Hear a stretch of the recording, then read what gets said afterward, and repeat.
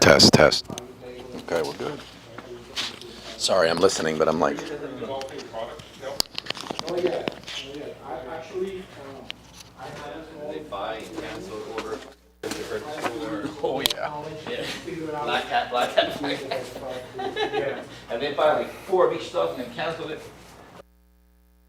Well, I'm in a group that they are selling on TikTok.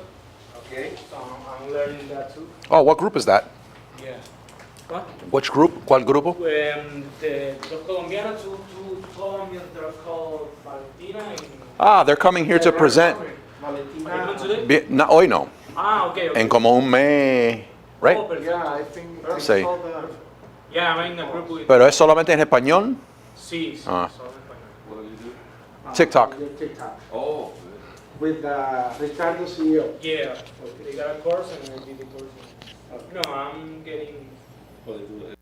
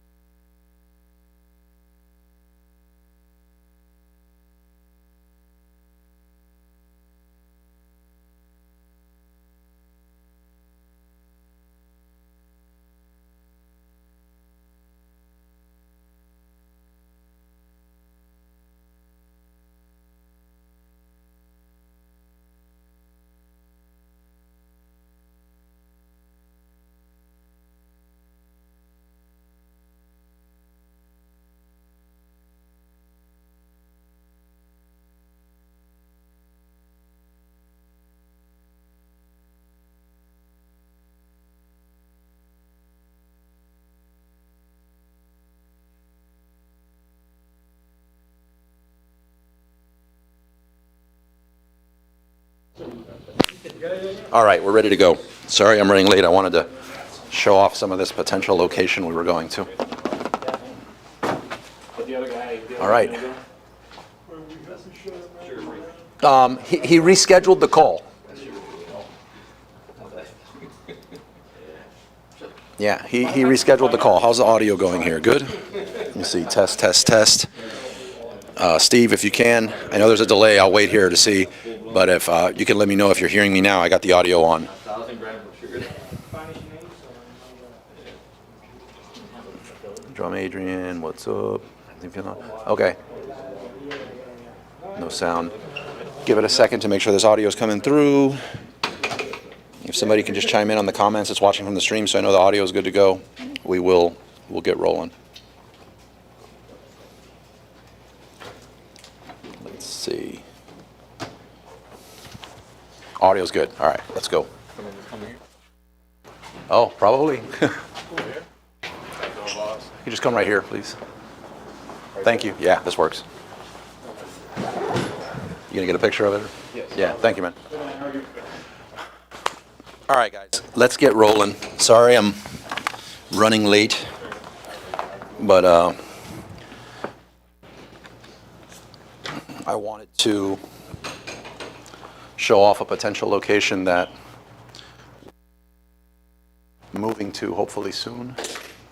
And how do I get this screen going? There we go. HDMI 3. There we're good. All right. All right. Thank you guys for coming out. I know we got a lot more people coming. We've only had this topic for the meetup twice, I think, in the last 10 years. We had a topic that touched on it a little bit. By the way, you sent me a message. I saw it. It was done yesterday. I think we're still in that phase of timing exactly when it can be confirmed, but it was like, I sat down, it was yesterday, so you know. Sorry, otherwise I'm gonna forget.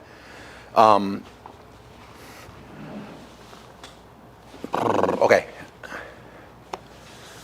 We had another topic a while back, which was establishing business credit. You're not gonna sit in that one, are you, Tom? Oh. You can grab this one if you want, no one's gonna use it. Okay. At your age, I think. Just playing. By the way, that's amazing. Yeah, that's bacon on top of that donut. Yeah, it's bacon on top of that donut. Like, I'm new to discovering bacon and donuts together. Not new to bacon or donuts, but together. But together. Yeah. So I just discovered that and I need to try one. we had a different presentation a while back that was establishing business credit, and then in that, this topic came up. We had a dedicated presentation to it. Several people in the group have followed up with me over the years since we've last had it, and they're doing amazing with it. This is not something you do instead of selling online, but it can be. And about half of the people who did execute on the stuff that's going to be taught today, which again is going to be government contracts and stuff. So for those of you watching on the stream, some of this may not.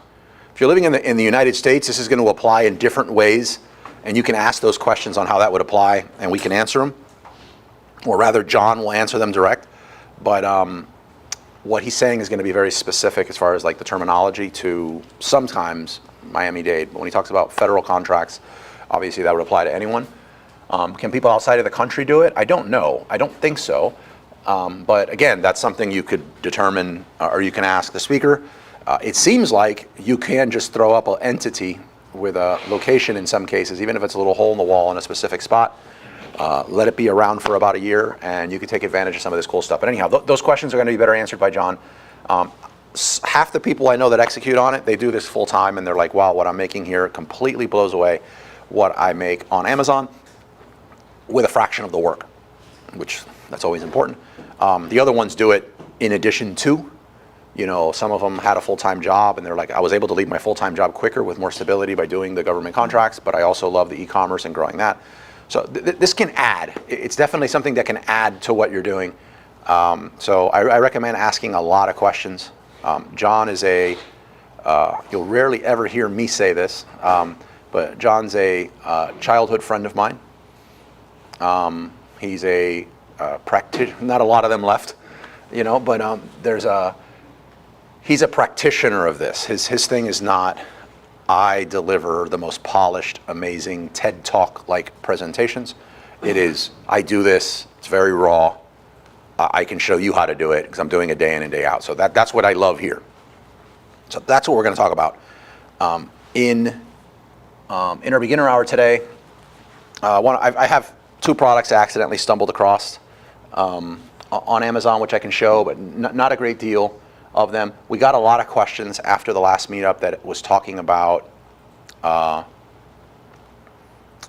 sourcing, and specifically sourcing agent versus doing it yourself.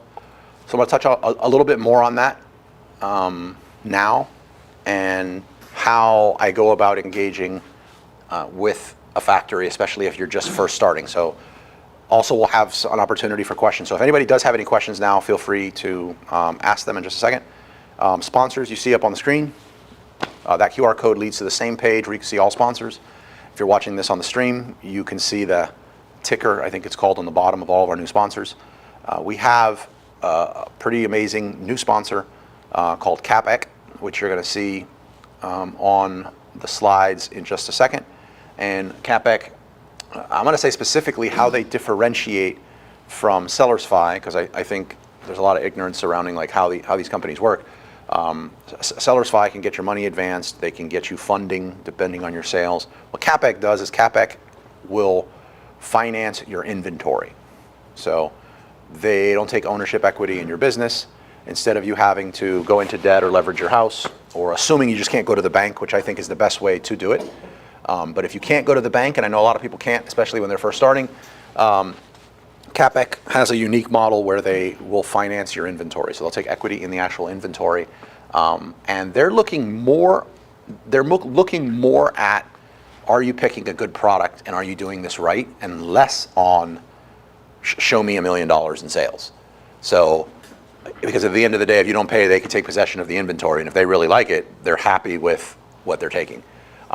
They take a percentage of it, and you pay back a small percent. You pay back pretty much at the rate you almost want, but they stay in possession of the inventory, or ownership of a percentage of the inventory moving forward until you pay it off. So pretty unique model. I've not personally used it. I do know several people who have used it and liked it. They will come in and present at some point in the future. So they'll be much better to ask about that. If that's something you're even remotely interested in, reach out to me and I'll do an email introduction, because we don't have a banner yet for them with a QR code.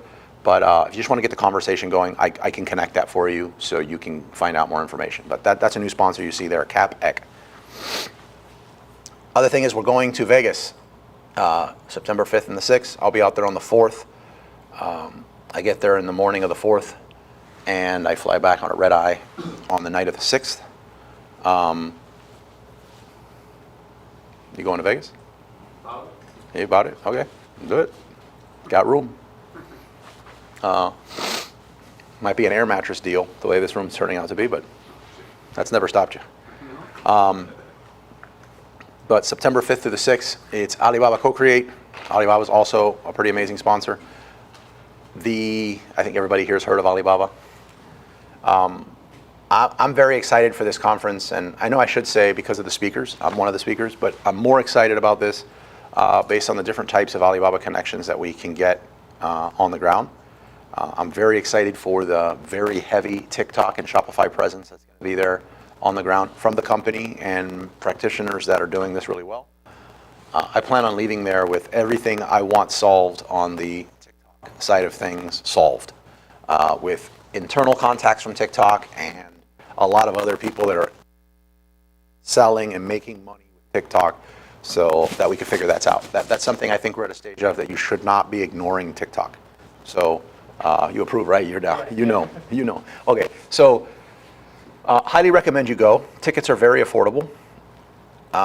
You go to alibabacocreate.com to find them out, so you can check that out. They have 3 different tickets. As a matter of fact, they have one of the tickets. I don't think it's the best deal, but I think they have a $150 ticket or a $50 ticket. Can you check, Tom? But I mean, all the way to their VIP, which includes room, which includes a $200 Alibaba credit, everything like that for $999. Going off what Tom's told me or somebody else told me, it seems like flights to Vegas are kind of subsidized so that you can get to Vegas. Was you told me that, or is that true? You mean subsidized? Like they're cheaper intentionally, like Vegas kind of like Yeah, I mean, make sure the flights out to Vegas are cheaper so you could spend more money at the casinos. I don't know if subsidized is the right word, but flights are pretty affordable to Vegas. And for 2 days to make those kind of contacts and network with all of us on the ground, I get invited to all the cool extra night stuff, and I immediately tell them I'll go, but the whole tribe's coming with me. And they say yes, so we're going to be able to go to some really cool activities. What was the pricing? tickets, $10, general admission with 2 nights hotel stay at Paris Resort is $4.99. So that's the deal. Like, if you don't want to go to $9.99, you're trying to do this budget, $4.99. I mean, that's pretty low for conferences, as conferences go. So, anyhow, I recommend it. There's still plenty of time to pull this off and happen. And we can red eye back on the night of the 6th if you want, or you can do the Posturepedic king size laybacks with Tom the following day. He has flights from Vegas to LA, and it lands up in Tennessee, shoots over to Chicago, and then down to Miami. No, just kidding. Just kidding. It's an inside joke. You know if you know. But Tom knows how to pick some flights, and flying with Tom, you fly really nice. He just knows all those little hookups. So you'll know what I'm talking about if you've traveled with us. All right. What am I missing on announcements? The podcast is growing rapidly. Thank you all very much for that. We're getting a lot more positive reviews. That's huge on the podcast because there's not a good way to search for it, and there's not like a search algorithm for podcasts. Keep them coming, please. I'm getting so many questions now from the podcast. I'm thinking about creating a dedicated episode every week, which is kind of like questions from the group, or like great questions that came up in the meetup and maybe repeating them. That'll make the side of my content creation really fun, and I'll be able to answer stuff that maybe I can't get to in the meetup. But thank you for that. Subscribe to it, called Wizards of Ecom. We have an English one and a Spanish one. And I believe I covered all the announcements. All right, questions for anybody? Do you mind looking at YouTube? You have it? Oh, you have it? Okay. Any questions for anybody watching on the stream, feel free to ask. Andres is watching them. If his ADHD is not in full force, he'll actually see them and ask them. He does have a laptop open at the same time, so you got it. All right. Anything going on in the Amazon space anyone needs help with? Questions? Yeah. Attacks? Yeah, let's go for it. What kind of attacks? Just 1-star reviews. So they're taking pictures from other countries. That's what happened to me. So they take a picture of the product, but it's from another listing, another country, and they put it as a US. I don't know how they do it, but the picture shows is I guess they got a VPN, and the picture's from Brazil, and they. How do you know the picture's from Brazil? Because that same picture is in a 5-star in Brazil. That was done in March. Somebody put a 5-star in March. And You can report that. Yeah, That- so these guys. Oh yeah, they'll definitely help you do that. So my question to them was, there's two ways to report: to remove reviews or to tell Amazon that I'm being attacked. I don't know which, because there's 2 different ways. So let's just remove this review for this technical issue, or tell Amazon, listen, I'm being attacked, and this showing the proof is the problem. I think the quickest way is probably going to be removing it for the technical reasons why it should be removed, but being able to show a track record of successful takedowns of reviews or counterfeits holds a lot of weight with Amazon when you want to get programs like Project Zero or anything else. Like you just get more eyeballs to where they know, yeah, this is very, like Disney.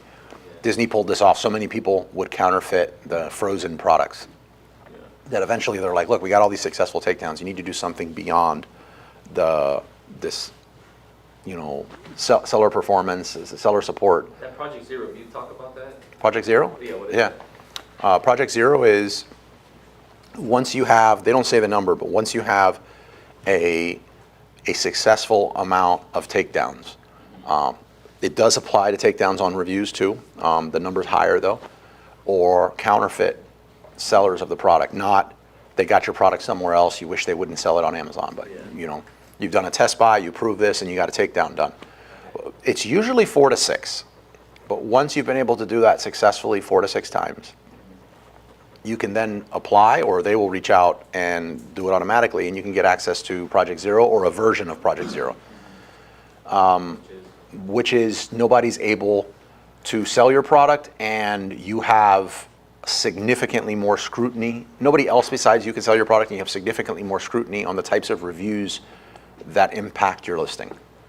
Right. So I like to say you have like a dedicated person at that stage that can make sure, like, okay, I got a negative review. It says it's the worst product ever. This account was created a week ago, doesn't have a Prime account, and has never left a review in their life. You know? Yeah, I get a lot of those. Red flag. So these guys will help with that. I don't know that they help with Project Zero. Project Zero is an Amazon. You'll see Project Zero, like if you go to Amazon brand, like the whole brand registry page, it'll have transparency, brand registry, Project Zero, all that'll be on there. Once you have Project Zero, it's not for life. They review it yearly. But as long as you're able to still show, sometimes it just sticks. Like, I've worked with some brands that they got it, it never went away. But most people have to sort of renew it at the end of a year, or 10 months to a year. So you basically got to show that you're being attacked. Yep. They'll stop it and they'll say, Right. okay. So, Yeah. so it's not the easiest thing in the world to do. Yeah. The last few products that I launched, and this is not white hat, unfortunately, but after so many years of asking Amazon to do the common sense thing with a product, and I was being knocked off on it, I kind of took matters into my own hands, and I just found what I did was we would have a few different seller accounts created for the sole purposes of selling against, like, we were sacrificing accounts that we got open that were like dummy seller accounts, and we would have them list products against the listing that we then had a buyer come in and buy, and we would test buy and show that it was counterfeit, and we would trigger Project Zero. So we would force the Project Zero process. Yeah. Also, for Project Zero, something that helps, and there's another version of Project Zero. They don't even have a name, but something else that really helps you with that is website contacts. So if you're the brand owner and you have a website and you have, conversation threads of people showing, I bought this thing on Amazon and it's obviously not the correct product. Yeah. And then you send that to Amazon, even though that happened on your website, but somebody's obviously going to the brand on their website to report something they bought on Amazon for that brand, that carries a lot of weight. Yeah. I have one more question. Sure. Yeah, go for it. So I noticed there's a few websites that got my Amazon listing and put it on a fake website.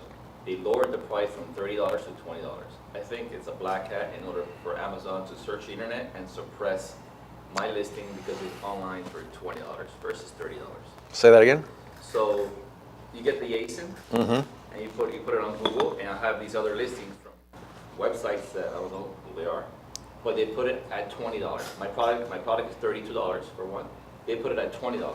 In most cases, if it's a no-name website, Amazon's not going to index it for the purposes of price suppression. Okay. That's been my experience. I don't know if somebody has a different one. That's what I was wondering, was that a hack? Why would they? No, but if it's like a Walmart or a Best Buy or then yeah, suppress it. it's kind of like price matching. There used to be a time that you didn't need to go to a higher up to price match at a store, and somebody could just spin up a website and show that, hey, you said you'll price match anything that's on the web. Here's this website. And they would make these websites look sophisticated so that you'd price match them, but now they only price match against certain websites. So most of those websites, if it's some no-name, Yeah. random gibberish URL that's listed there, most of the time it won't do So I anything. was wondering, why would they put the ASIN on that website? Yeah. I don't know. There's a few of them that take the ASIN and they put it on the website with their listing and with their design. So I was wondering. Do you own the design? Well, yes, our listing. Is it their design or yours? Our design. So they take our design, but so they want to resell or just, I guess, charge somebody and not give them the product. But they put the ASIN on that website. So when you click the link to buy the product, does it go to your product? No, they just you put your credit card and Right. So what I would do there, take down for Google. yeah, so there's something called a DMCA, Yeah. Digital Millennial Copyright Act. So like if you own those images Yeah. and you own that creative, you could do a DMCA takedown. Yeah. And I believe they have 48 hours to do it. And I don't think they play with that. So at that stage you're showing, technically it's yours whether you file for the copyright or not, but if you just take the time, it's one of the few times that I would recommend like a legal Zoom. Otherwise I can't stand them, but You go to LegalZoom and you pay a couple dollars and they'll copyright your stuff that you submit. And now with that, I would then turn around and go to Google and Amazon, I'll just remove it everywhere. Now, if they were selling the product and they were driving the traffic to the website somehow, or I might not care as much as long as I'm getting the sale. Yeah, that was an affiliate, but no, it is, you put your credit card and. What a lot of those sites do, and I don't know if this is there, because when you first see it, you don't understand why it's damaging. And I used to do this against competitors with Amazon Live Video, is I would get up there and say something like I'm reviewing, say I have an identical helmet to like somebody else, or mine's orange, one's blue. I don't want to get up there and create a live stream video talking about reviewing this product and disparaging my competitor. But what we could do is mention, how great the product is, and currently I think it's a better deal with the 40% discount code, and you show the discount code on the screen. Mind you, the discount code is bogus. But what happens is somebody armed with that discount code, they now go buy this product, and they use the code, and it doesn't work. So have you ever got a code from the web and went to go check out and use it and it didn't work? You didn't buy the product. Like, you're just done. And then you go buy the product, which is yours to begin with, and you're like, well, absent the 40% discount. So it actually converts really well. So a lot of those sites that'll have the different price, they may offer some kind of coupon on the site, and they're really just harvesting emails that are like highly segmented so that they can in turn sell their own product and frustrate people from buying their competitors. Right. So like, check to make sure there's no coupon offerings on those pages as well. Black hat, basically. Yeah. Any questions coming in, Andres? No? No? All right, anybody else? What's up, guys? All right, I'll pop out of here. Oh, we'll talk a little bit about, let me open this up, and then I'll talk for a second, and then I'll share my screen, and I'll make sure you guys online can see the screen when I start showing it more. But talk a little bit about, I'm going to talk a little bit about since we got so many questions last week about product sourcing and working with a sourcing agent. So I think if you're working with, this is my 2 cents. So if you're working with a factory or you're trying to find something outside of China, having a sourcing agent you almost have to have it. It's very difficult to put all the pieces together because everyone talks about they want to create the Alibaba of Mexico and the Alibaba because there's not another Alibaba like Alibaba. Alibaba makes it to where you can find almost anything if you're just searching the correct way. So you don't need, in most cases, a sourcing agent to pull that off. So if it's just to find the product, in most cases you don't. If you have the budget and you have very little time and you're trying to say, I just want to find something so I don't have to put the time in to do it, I understand it. When communicating with the factory once you found it, I highly recommend you handle that communication and not the sourcing agent do it. Factories do not like, they do not like having a middleman, especially in Asia, that's not communicating. They have their own agenda. They want to work directly with the owner in the other company. So if you want to use a sourcing agent to find the product because you don't have the time to go look for it, that's fine. But when you do get connected with the factory, if your sourcing agent is not giving you access to communicate directly with the factory because they're trying to preserve the money they make ongoing on that relationship, you should fire that sourcing agent. You need to have that communication with the factory. Now, if you want something to be clarified or picked up, and you want to have the sourcing agent, do that on your behalf, that's another story. So, and let me clarify, since it is the beginner hour, a sourcing agent, what we're talking about is somebody who is very good or thinks they're very good at finding things for you in China that you're looking for, or anywhere in the world, but let's talk about China right now. Finding things in China that you're looking for and that you want to sell, and putting you together with that person. A lot of them will charge a fee for making the connection, or they will charge you a fee for every order you now place with the factory for the life of that relationship. That's the norm. Now, what those fees are, some gouge a lot. I would rather pay a little more upfront and have it as a finder's fee than as a ongoing thing in the relationship, with an exception, which I'll share in a second. But in most cases, you're going to be able to find whatever you're looking for just by looking on Alibaba, in almost every case. Let's see, I don't want to get too ahead of myself on sourcing agents. You can find sourcing agents on Alibaba, or there's some we occasionally use in the group that float around. There's one in the group for the last, was initially found by a group member pre-COVID named Alan. We've, and several others, but probably the more popular one that we've thrown around is the guy Alan, which there's a split on people loving them. You either love them or you can't stand them. Now, I will say, as sourcing agents go, they're not created equal. A sourcing agent that takes an ongoing fee because they connected you with a factory in the past, you should cut them off as soon as possible. If the person is going to receive an ongoing commission or some kind of fee from you for future orders, they should be working for it. And there is a lot of things that they can do.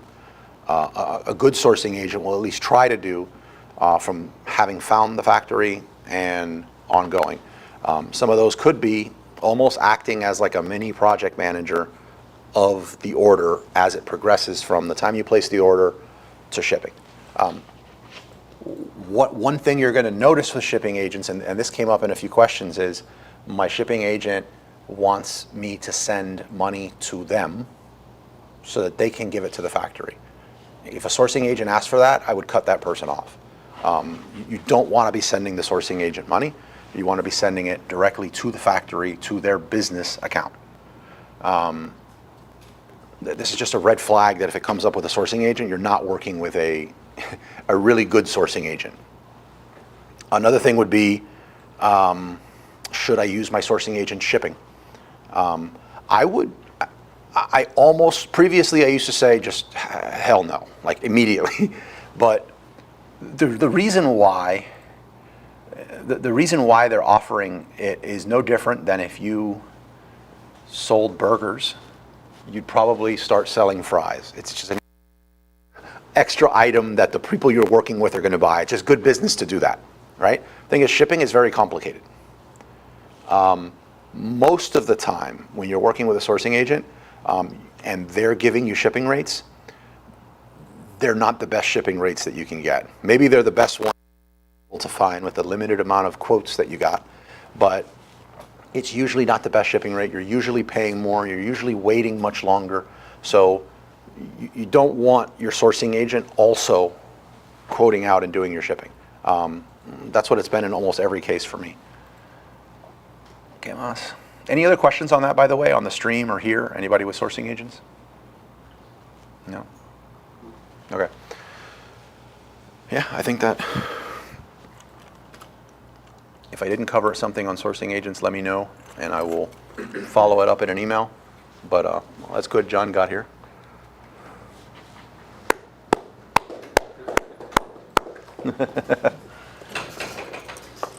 All right. Let me share my screen. I don't have a lot to share, but I want to just share the little bit that I do have.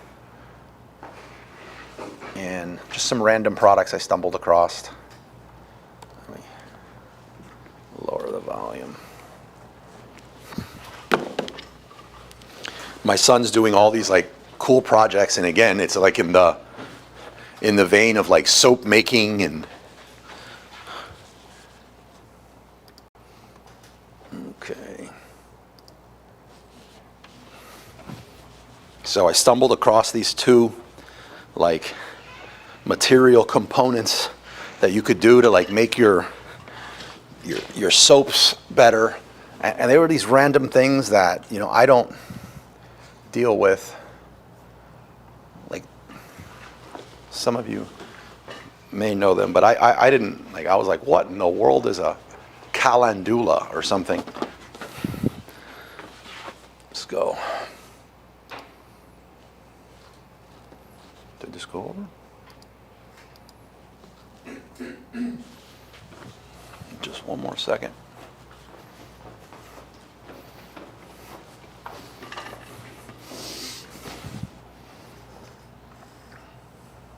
Let me just make sure this is showing, and then we'll be good to go. Yeah, showing your screen. Oh, it is? Perfect. Let me just lock it.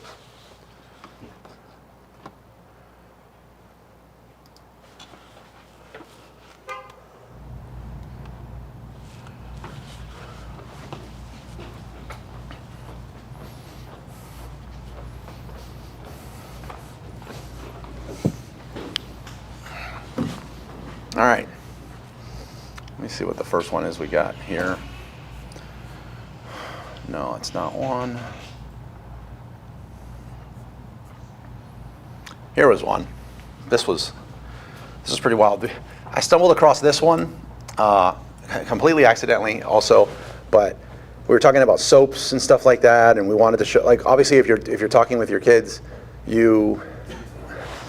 I'll show you one of the ones that really got my attention. But when you're talking with your kids, you really want to showing them a blog with a bunch of text doesn't work. But if you show them images. So one of the images that comes up, it shows this person with like this mud mask on them and cucumbers on their eyes. My son loves cucumbers, and since they're good for hydration or whatever, we did it. So I start trying to find all these different things they could do with, like, is there such a thing as like cucumber soap? I didn't find any, but I stumbled across this, which gave me the search of cucumber extract. And I was like, well, that's going to be ridiculously competitive. So when I saw 372 results, I was like, nah, you got to be kidding me. I mean, you could add cucumber to almost anything, and your borderline supplement product at this stage. So you see 372 on something that's borderline supplement. That's an eye-opening thing. Then I went in here and started looking. And again, beginner hour, talking through a lot of this stuff. First four, let's back up. So let me walk through this whole thing. Cucumber extract. So first thing I notice is there is no sponsored brand headline ad. Watch one pop up now. But there is no sponsored brand headline ad. So I'm like, okay. And I'll tell you why I like to see that in a second. But then I looked in here and I was like, okay, at least they have the full battery of 4 sponsored product ads showing up. So that's a good thing. Next I look for are the products that show up in the sponsored product ads for that search result relevant to the product that we're talking about, that I searched for. And it is. I mean, it's all something having to do with cucumber, with the exception of this one. But when I dove into this one, it was in the listing. Weak, but there. But you could clearly see that what everything here has to do with cucumber, so highly relevant. In the case where you have a full battery of sponsored product ads and they're highly relevant, and there's no sponsored brand ad, which is that headline ad you would see in the front of almost anything. Let's just search for, see here. See this beautiful little headline ad, and when someone clicks on it, it goes to their sponsored brand storefront. You want to see that. So what this means, where am I? What this means here is that if you have a sponsored brand ad for this product at almost nothing on the dollar for cucumber extract, which I looked up, you know, it is a root keyword, you would be getting, I mean, you would be getting sales. You would be dominating the top of this search. Mind you, this is extensions, so disregard these boxes, but this headline ad would be here, and it's not. So very easy opportunity to jump in there. It has no headline, it has no sponsored brand headline ad. Yeah, questions? Do those people that have those sponsored, is that just like an extra price that they would need to get that? Right, Or so- is that just like a checkbox that they're not checking, or? That's a good question. For people who couldn't hear you, for the people that are here in the sponsored product ad section, it's kind of like, how did they get there? Right, so what happens is, and let me see who's kind of close. Here we go. So this one, and this is, I didn't even see this, but this is crazy. So this is a sponsored product ad, right? That means this person has also an organic, non-sponsored ad listing somewhere. Maybe they're on page 100 because they just started, right? So the way that they are going to go from page 100 to the top of page 1 is conversions, sales. Those sales could come from ads, those sales can come from organic placements. But the likelihood of you getting an organic conversion from page 100 is your mom did it, a family member went there and did that for you, 100%. However, you can get them from paid ads.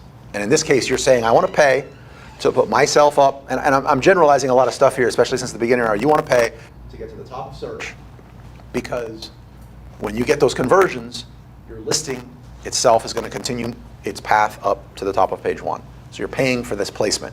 To be here, you're not paying anything. Unfortunately, I have 7 years of bad luck in the Amazon space because I did click on their ad, which means I cost them, $1 in maybe $1 for this search term. And the reason it's $1 is that they may have said, I'm willing to pay $2 for a click, and I searched for this, I clicked, the next top bidder was $1, they paid $1.01. So penny more. Anyhow, so where is their organic placement? They have 112 reviews with 4 stars. You can imagine that 30 of them came from Vine. This listing, and say they were very aggressive in getting reviews. This listing's 6 to 8 months old, right? And at 6 to 8 months old, they're almost at the top of page 1. Here's their organic placement. So they are ranked they're ranked 4 on Amazon with only 112 reviews. And personally, I'd prefer this sort of packaging than these other ones. But yeah, anyhow, we saw that. It went from, but I'm saying just how you can act, you can almost, as long as you're like consciously on the lookout for something, you don't have to sit down and just say, I'm going to do 4 hours of product sourcing. I was trying to do soap with the kids. So that, again, back to the old thing. So my kids could sell soap and they could make money for the soap and hopefully stumble into entrepreneurship, right? And we could have those money conversations, that I'm supposed to figure out how to have. And in there, we're showing, soap and soap on the face and then mud and then somebody laying there with 2 cucumber slices on their eyes, which I have no idea if they're effective, and stumbled into this. Obviously, they're not going to sell this. Off of this particular product, you are not going to retire off of it, but this would be very easy money, like extraordinarily easy money. For those of you that come to us for PLMA, you would find this I'm exaggerating, but this is like an every 10 booth type of thing that you're going to find. Any questions on this so far, Tom?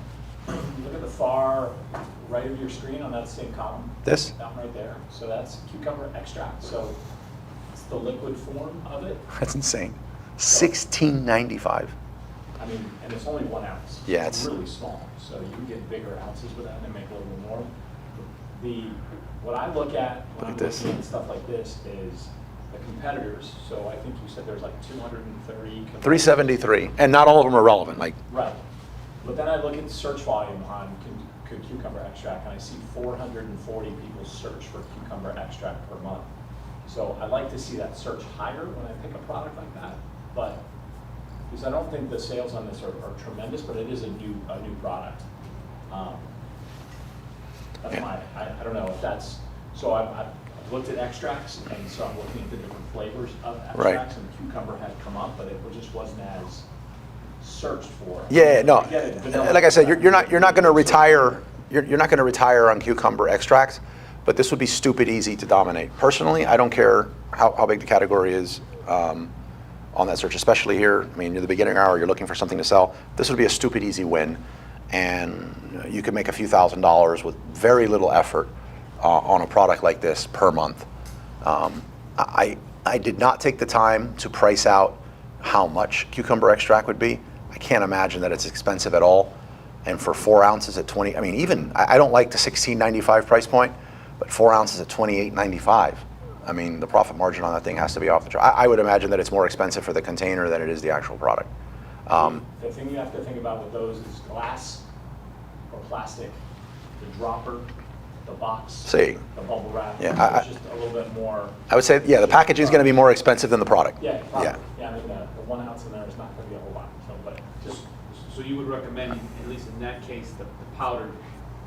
I like the powder better. Let me open it back up. If you were to sell it, if you were to move forward with that? Just because, like you said. Different products. now, bulk supplements is a big brand. That's a big brand. Like bulk supplements has a lot of Yeah. stuff.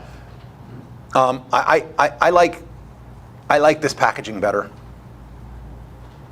From a seller's perspective? Yep. Yeah, over glass, absolutely. I guess, This is a better listing. I mean, I would involve these cucumbers in both of their listings, but they have them here in an unflattering way on their packaging. Because they're a big brand, they're probably not putting a lot of love into this like you should when you're just starting. Look at Dolce Foglia. Dolce Foglia. Hold up. And you'll see how they incorporate food in their extracts. Dolce Foglia. Yeah. Now look what they do with their food there. Yeah. I think this could be a lot cleaner, but yes, you see how they brought in caramel. I feel like this dropper is distracting. I feel like they could have put the dropper on the packaging, or they could have showed the dropper. The thing is, if they put the dropper in here, it would take away in the image from this, but I would have put the dropper on the packaging. And I don't even know that I would have the packaging taking up that much space, honestly. I But don't think I'd have the box on there. yeah, I think the box and this thing would be moved. I would make this Maybe put the Bottle the dropper- bigger? Maybe put the dropper on the bottom, tilted up. laying down on its side. I would have the cheesecake or the fruit taking up more space instead of like an afterthought just squeezed in there. So yeah, it looks like they're a more established brand. They got a lot of stuff going on, and they're doing what a lot of brands do that go too wide too fast, and they're just neglecting the newer products that are going up. But yeah, incorporating the fruit, the ingredient, or the food, really good. Also, if somebody, we talked about this in earlier. Let me click on something that's not an ad. I'm willing to bet that this product does not have this little hanger around the neck of it saying 2 ounces. This little thread with a little card saying 2 ounces. I'm pretty sure it doesn't. Maybe it does. You could order it. But, The 2 ounce on the cap. right, so the fact that they have this here is kind of them saying, I know you're possibly looking for 2 ounces, or the quantity that's inside of this kind of matters. Let me give you a visual representation of this in the main image. So some of this stuff is right. Some of this stuff they could do a lot better. But yeah, let's go to this one. I had no freaking idea. Similar thing, going through, again, 311 results. This isn't something you retire on, but this is an easy few $1,000s a month. If you wanted to get a starter product and you know, like I wouldn't launch this because I'm not passionate about this or would like to be passionate about it, but it's Calendula, Calendula, for those of you on the stream following along, can't see it, but Calendula extract. This looked really good, but it leads you down a weird rabbit hole that I've not been able to fully explore, but there's Calendula veterinary dried flower alcohol-free liquid in an IV bottle. Apparently there's a lot of these ingredients that we're looking for that also have veterinary applications, but I've not, you know, fully explored that. But again, to see this little bit of competition for something that to me falls into, it's not aromatherapy, it's not supplements, it's not vitamins, but I put it in the supplement category. I mean, the #1 seller has 61 reviews. Again, you're not going to retire off of it, but if you're looking for like a really stupid, easy win, How did they get away with doing those 2 bottles like that? which two? The Calendula, the #1 that you just said? This one? Yeah. Yeah. Same thing with the corn and whatever. It's overlapping. Yeah. Yeah. Technically, I would say they're more at risk of this than they would of the dropper poking down on the side than they are these two things going together. But I also think it's a waste that they did that. Like, I mean, let's look at it.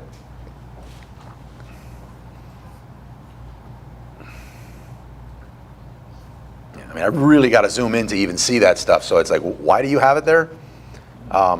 Maybe somebody there said, hey, well, it's manufactured by, I don't know. I would guess that they put this here because they want to show off their ingredients. They probably have less ingredients than others, and they wanted to show it off. But certified organic vegetable glycerine, I would never want to show off glycerine if it's on the back. This doesn't really alcohol or does not contain alcohol sugar. I think they could have done that. What's going on here? They could have done that in a much, much better way. Maybe the icons, the vegan, those are in the back. Right, but look, you have that on the front. They put vegan, third-party tested. I mean, they could have dropped this down here. Like, there's a lot of things they could have done and made this more front and center. Apparently, this is what a calendula is. It has something to do with the sunflower. They could have brought that flour into the mix.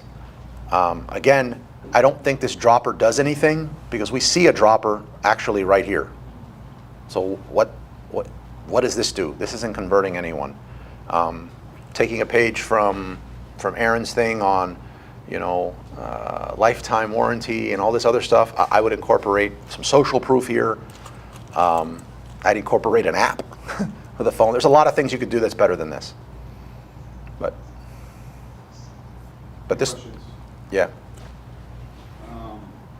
First one is, what softwares are we seeing on the screen currently? Is it just Jungle Scout or is there anything else? I rarely use I rarely use software with product sourcing. I legitimately will start off with something I'm passionate about, like to be passionate about, and then I eyeball it like I'm doing now and trying to talk out loud. Now, if I get a winner or something that I think is a winner, I'll go to Jungle Scout and just start getting a better feel on like, who are the players here? What are the keywords that I may have missed? It's just so much easier to do it that way. The other software you see on the screen, like this, I just haven't taken the time to remove these from my laptop. I don't use these on the laptop. This is more of like Amazon influencer tools. And I don't do Amazon influencer stuff from this computer. So I pop them on in the very early stages to see them. They actually bother the heck out of me when I'm doing regular product sourcing for a non-Amazon influencer stuff. If you wanted to, I mean, Jungle Scout would be much, much better for this, but if you wanted to use one of these Amazon influencer tools to jump in there and see like what are other products that are like this, you could, but again, that's very underwhelming compared to what you can do in Jungle Scout for the same thing. So sorry for the distraction on them, but yeah, these are Amazon influencer tools. The only one that would be relevant to what we're doing right now would be like Jungle Scout. Yep. Team's asking, are these extra needs special license? Oh, these extra what? Are these extra needs special license? Is there a special license for extra needs? I don't know. Maybe she meant to say for these extracts. Okay. Yeah, okay. Yeah. So these extracts, do they need a special license for? Ting, I'll let you know when you get here today. I'm hoping that you're on the way. No, I'm just kidding. Whoever you're working with is going to have all those, you know, don't try to like put this together in your kitchen.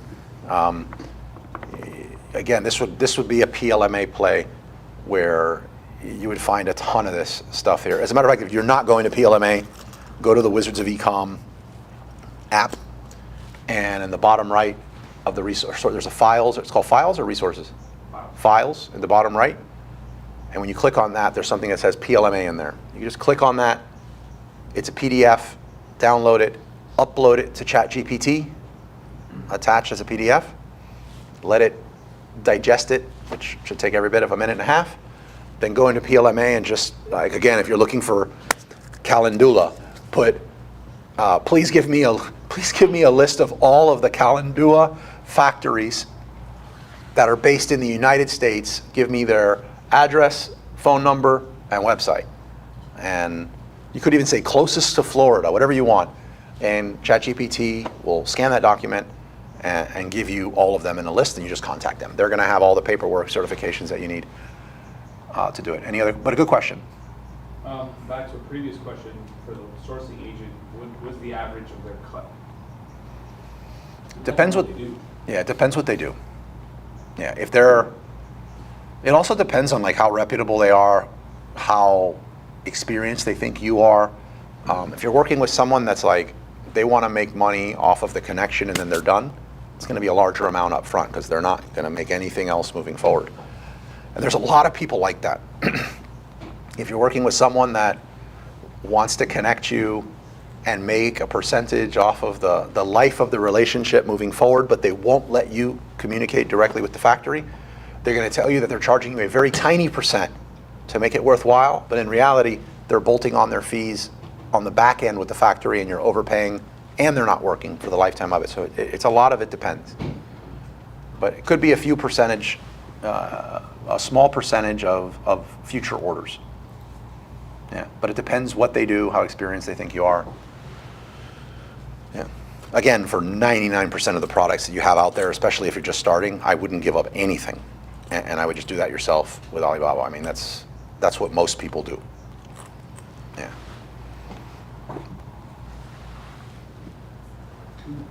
Nobody else? We got 3 more minutes, almost perfect. I would just tell you on the bottle right there, if you're going to do an oil, make sure it's a amber bottle because oils will spoil in sunlight. If you're doing an extract, it's not going to matter. That's why I saw clear bottles and possibly amber bottles. Carlos, where's that link on your website that you were talking about? You go to the app, mobile app, called Wizards of Ecom. You don't have it downloaded already. Yeah. No, I don't like that. Oh. You'll love this one. I don't even have Instagram. He said, we're much better than Instagram, so I can understand why you wouldn't have Instagram. Not on the website. No, it is not on the website. What I can't, you know what, I'm going to drop this in before we switch gears, because John's about to talk, and I'm hoping you guys ask him a lot of tough questions and stump him.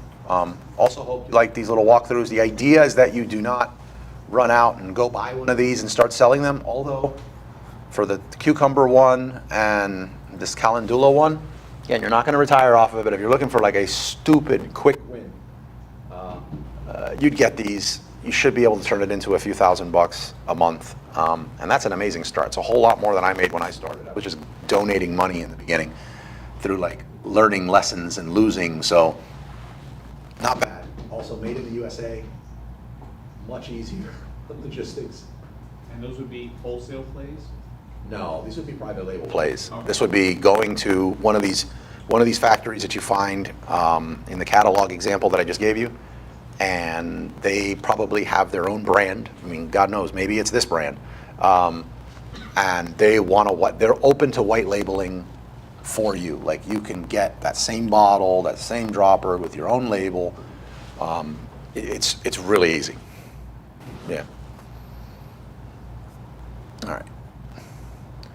I'm going to show you this, and then we're going to switch gears and get John up here. I'm hoping everyone can see this from the screen. So a few of you guys asked for this. So we have this Telegram channel called Freelance Superheroes. And what I do is little by little, the Fiverr freelancers that I've worked with over the years and worked with a lot and had great experiences, I would drop them into this channel and share them out with you. I'm talking with a few people who have amassed a lot of other Fiverr freelancers that they've worked together with, and this has been going on for a while. So you'll see this channel I've been putting freelancers that I've worked with for a while. If you subscribe to this channel, you see it. But since this channel has so many different Fiverr freelancers in here that I've worked with, you guys wanted an easier way to find them. So I created this directory, and I meant to send a message to Andres to try to get this in the app. before today, but this directory from now on is going to exist in the app. It's no longer going to exist in the actual Telegram channel. So the Telegram channel, if you want it in the next week, it's going to exist in the app. The app's free. It's a Wizards of Ecom app. But this directory gets added to every single week. I add a new freelancer that I've worked with in the past or that I've worked with currently. If you take a quick glance at this, we got everything from chatbots, ChatGPT, and they're broken down by category, by the way. If you're looking for like a Google Sheets wizard to create something crazy and you don't want to take the time and build all those formulas, a virtual executive assistant. Oh, wow. That's a hard one. This is the property manager for the building we're trying to get for our new location. And you want to take it, Andres? Hurry.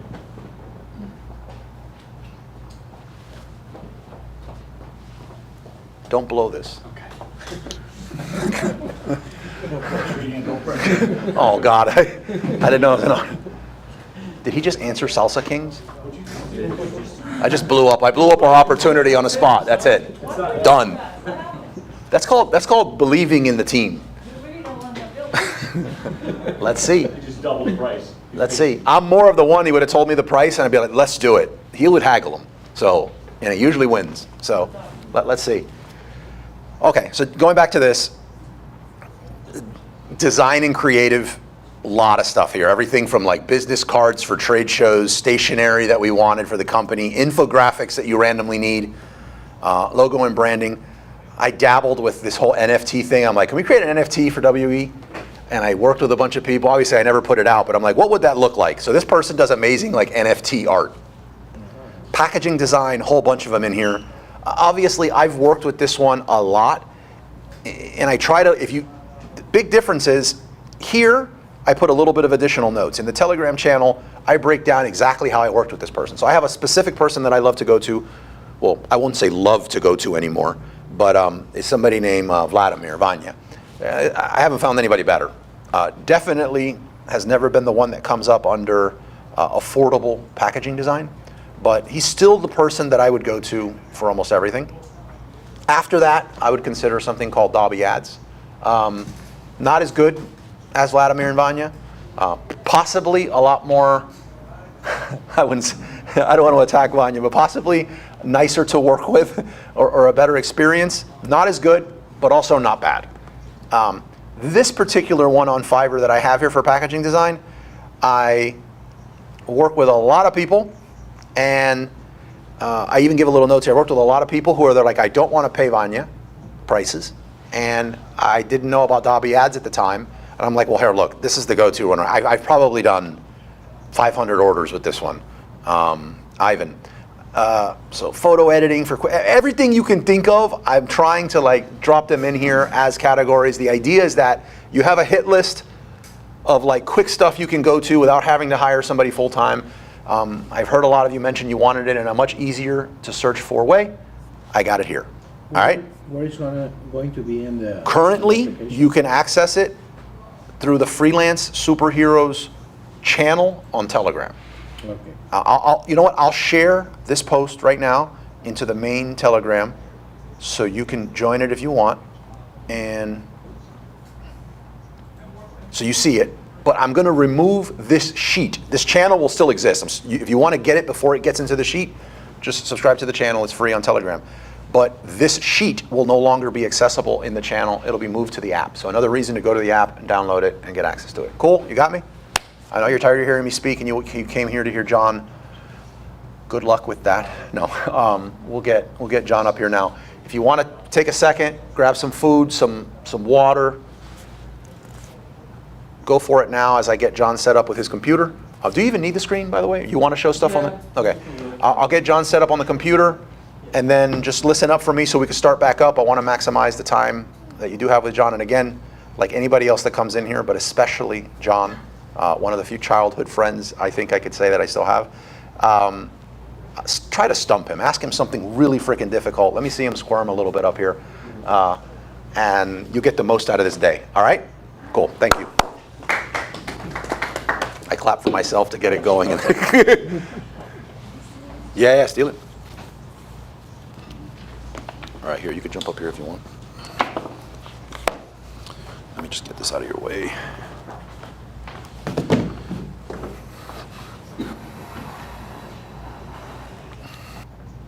Oh, so you don't have the HDMI? So this is what we're gonna do. Okay, I'm gonna give you this mic. It's live, so if you go to the bathroom, it is on you. What happens if I cuss? You can cuss. Yeah. Let's try not to do it. I try not to. No, you can cuss. You can cuss. We got kids here today. Sometimes I get excited, I'm passionate, You can do it. so I get excited. I told them yours is gonna be high quality. You're not looking for like TED Talks here or anything like that. It's just like high quality, good stuff, and you're in the trenches.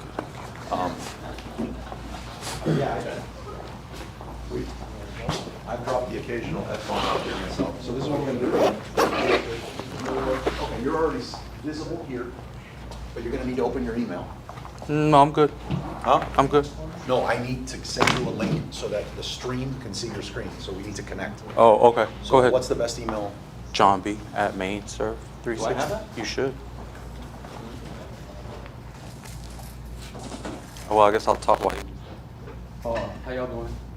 My name is John. Oh, okay.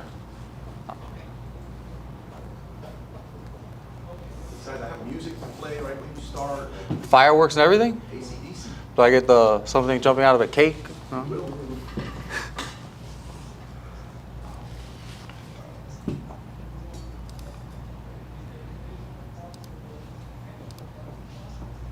I don't have it. Can you come here and let me? It's not at Rise, right? No.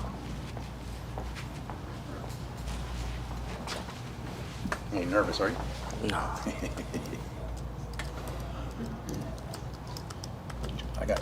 I had wrote John's. Was it John B? No, it's John B. And the B stands for? I don't know. John B. the singer. You sent it?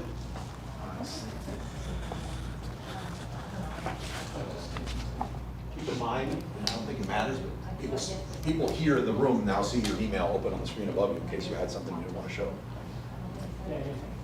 Oh, you use Outlook? Yeah, I love You Outlook. lost a few points in a row.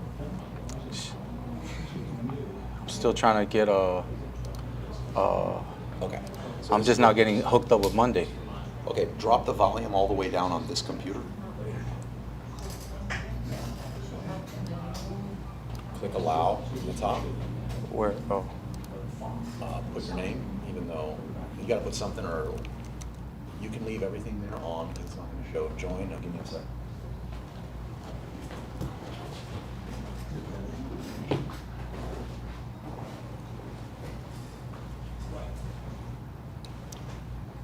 Okay. Now, click the button in the middle that says share screen.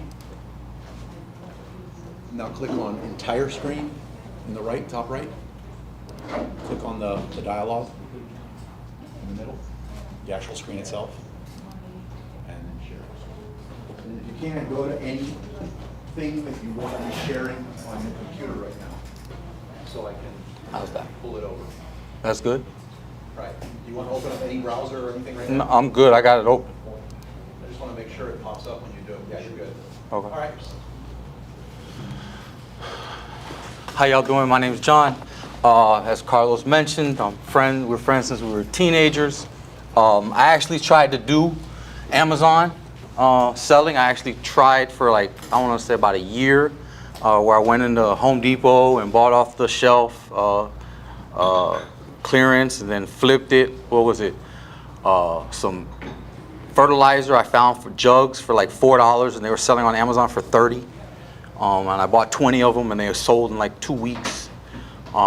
So it worked. But at the same time, so also, just so you know, everybody, I have a GED. I have no college experience, no formal training, no nothing. I was working at a credit repair company, and at the same time managing nightclubs. And I was trying to learn Amazon. But while I was working at the credit repair company I used to work at for, the credit repair company used to get invited to government events for like Miami-Dade County and Broward County to speak to the business owners on the importance of having good personal credit and good business credit. because that is two different, totally different animals, business and personal credit. We all know that. So when I wasn't talking, I was listening to the counties and these government agencies speak about how they have these millions and millions of dollars and no one's showing up for bidding. So I was like, I got intrigued. At the same time, I met a gentleman who, he does have a YouTube channel. He became my mentor. His name is Eric Coffey, E-R-I-C Coffey, C-O-F-F-I-E. He has a program called GovCon Giants, and he teaches people how to win government contracts. Well, I met him in about 2016 on critical mass. I was one of those people that used to slow up traffic on Friday night for everybody, and he explained what he did. He said anybody can do it. So at the same time I was doing credit repair, working at nightclubs at night, trying to learn Amazon, I was like, man, I gotta try this government thing. Everybody's seen the movie War Dogs, and it's crazy how true that movie is. Like, even right in the movie, they talk about sam.gov, and this is where you go to find current government contracts, and it's true. But there's better ways to find contracts than on here. Like, if you're seeing the contract for the first time on SAM, you're 60 days, 90 days behind. People already know that this was coming out most of the time. But there's ways to figure out who's buying what. Let me backtrack. So in about 2017, I started my company, Maintenance Services 360, with the intent of thinking that I was going to provide janitorial services or painting or something to that extent, because you don't need a license. Anybody could do it. It's not that hard. But then I realized you got to really work. This is real work. And I was like, man, that's not my thing, like physical labor. Has there got to be a better way? So I was like, man. But at that time I already started. I said, well, let me sell products. It's crazy how similar selling on Amazon and selling to the government is the same. It's like getting ungated from Amazon is like getting authorized to sell this product to the government. Getting the manufacturer to authorize you to sell on Amazon is getting them to authorize you to sell you the product so you can sell it to the government. It's similar. Shipping and receiving, all that is part of government contract. So at this time I was like, man, I got to do this government thing. So I started Maintenance Services in 2017. I got very lucky. I'm one of the people that got lucky with COVID, because I was actually providing COVID cleaning to Miami-Dade County. When someone got sick, I was one of the companies that they would call to go into the building and clean the whole floor or the whole floors, and and charge for that service. I had a group of people that I knew from the nightclubs that I knew were hard workers, and I took care of, paid them well. And they showed up and they worked in white suits, sprayers, foggers, wiped down everything. So, but I knew that. So once COVID started, I kind of stopped away from Amazon, and that's why y'all don't see me here anymore, because the government just is great. I just want you to know the federal government has a budget of $6.13 trillion. They print their own money, and they have to spend that. They have things called small businesses. 30% of their budget has to go to a small business. Anything under $250,000 has to go to a small business. $250,000. That's peanuts to them. I mean, that's a good base hit in my book, if you can get one of those type of contracts. So just to break this down, Department of Energy, they have a $161 billion budget, and 30% of that has to go to small businesses. So when I show you that, so this is a contract that MCP Computer Products won for $161,000. The owner of that company is no different than you and me. And so you can find, so just so you know, the government advertises all new ads on sam.gov. All past awards are advertised on usaspending.gov. So you can go here and you can come over here and you can search. You can give it just a battery. If you want to know who's buying batteries, you can go here and put batteries. You can put who bought batteries in all these years. Like you can come here and put this all the way up the last 4 years. And then you go contracts, and that's what you want. You can do contract IDVs. You don't want to know, you want any agency, right? So we're going to submit this.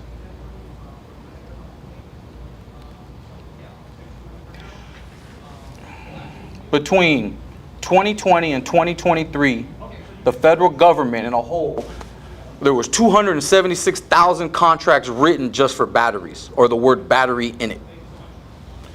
As you can see, there's some big players, Lockheed Martin, Raytheon, but there's also small businesses that are winning contracts that you've never, like CNS Building Services.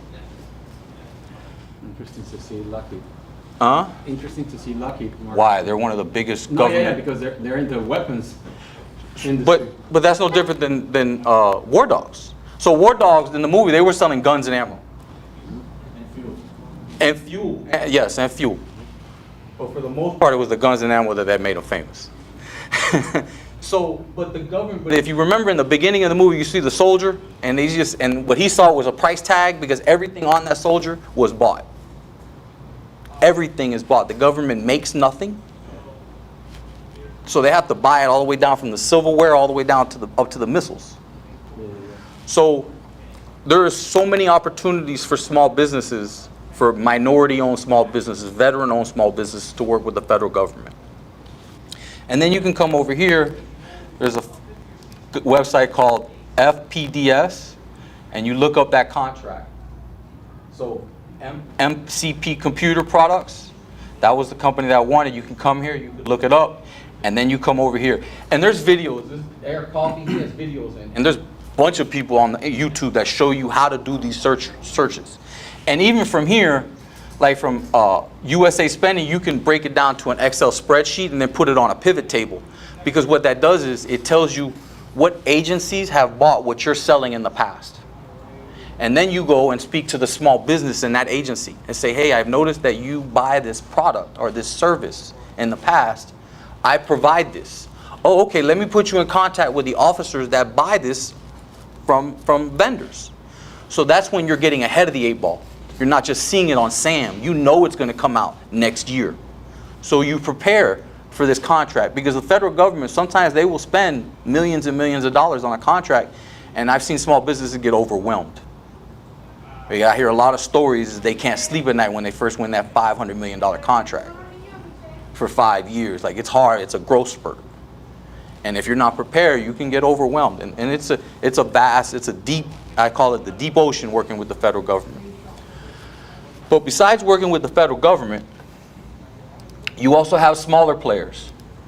You have the state of Florida. You have individual states. You can work with the state of Florida. And then from the state of Florida, you can go into counties. Now, as I like to tell people, I do a lot of work with Miami-Dade County. So when I was in that process and I met Eric and he says, man, federal government is the way to go, I started thinking, I was like, man, I'm in the room with all of Miami-Dade County employees every week. I'm with Department of Transportation, I'm with Water and Sewer, I'm with Solid Waste, I'm with this, Fire Department, Police Department. I know everybody. Why don't I just sell to Dade County? So I registered with Dade County. So besides working with the federal government, you can work with the state, and then you can work with your individual counties. You can also work with cities like Coral Gables, Homestead, Miami Gardens. They buy stuff too on an individual basis. But at the end of the day, the money comes from the feds, trickles down to the state goes to the county goes to the city. So by the time it gets lower and lower, the numbers get smaller and smaller. Now, the county, Miami-Dade County, is a very big county.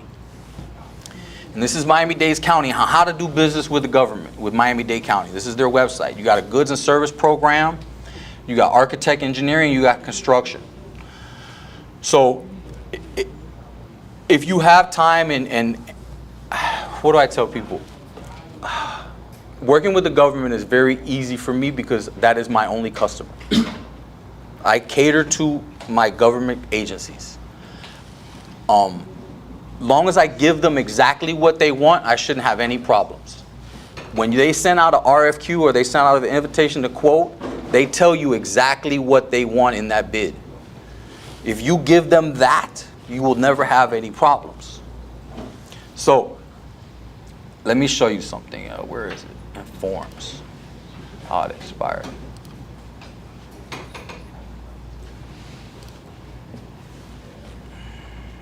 So Miami-Dade County uses a website called Informs to solicit their bids. Mother. To solicit their bids. And I just want to show y'all something.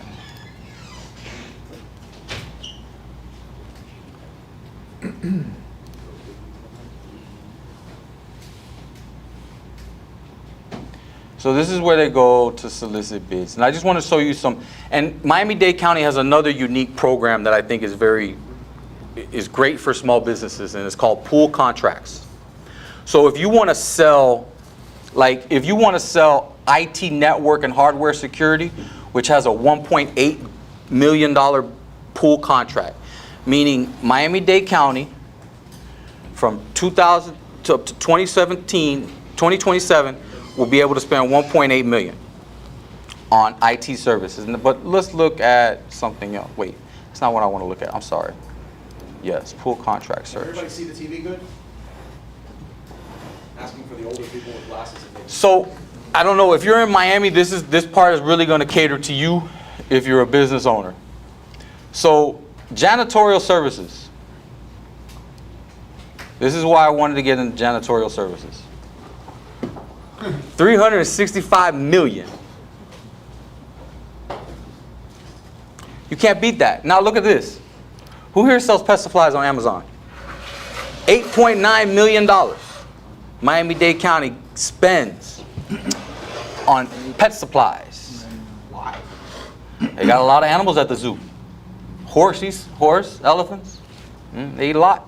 So all these EDP things that you see, those are like engineering companies, construction companies that work.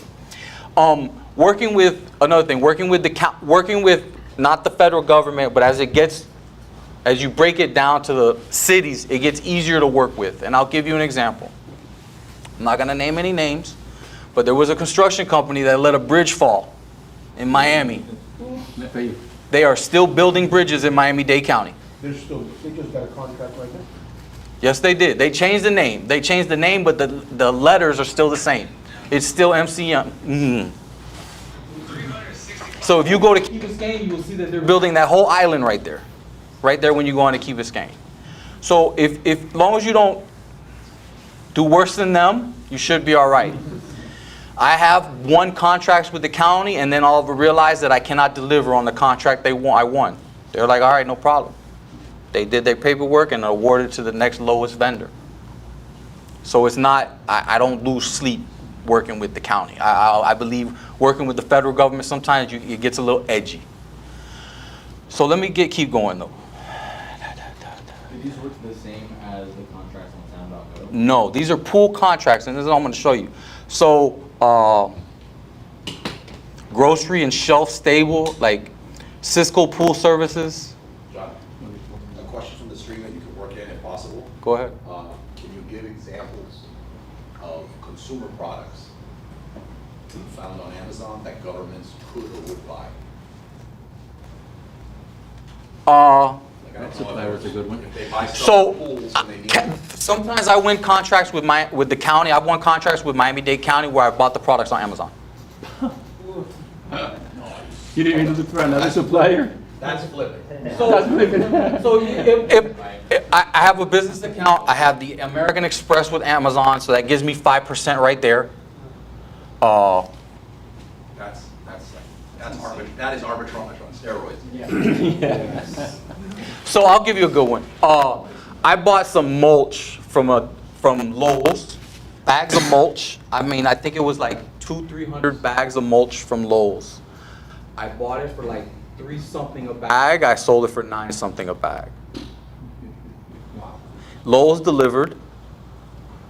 All I did was just show up. So I'll give you some bad case scenarios. Like one time, I won a contract for some generators. It was 2 generators. Each generator is about $200,000 each, right? Yeah. The big ones that sit on trailers that can power a hospital. So the county, the government buys these things. They don't make them. So they got to buy them from somebody. So the contract went out, copy and paste the specs, send it to a couple people. One guy came back 180. The next lowest guy was like 240, 260. Man, that's a big difference. But I'm like, man, 180, I can't beat that. So I was like, all right, submitted my bid. The guy that submitted the 240, 260, he calls me. He goes, man, can you tell me what the next lowest guy was? I told him, he's like, man, that's not possible. He says, you might want to make sure that what you requested is what you're getting. So I called the guy back. I said, hey, did you quote me on what the specs that I sent you? And the guy was like, what specs? It's like, what? So like the regular generator came with a 100-gallon gas tank. The county wanted a 300-gallon gas tank. Like right there, they would have just, this is not what we ordered. We don't want it. I would have had paid for it. I would have been stuck with 2 generators. Yeah. Sorry.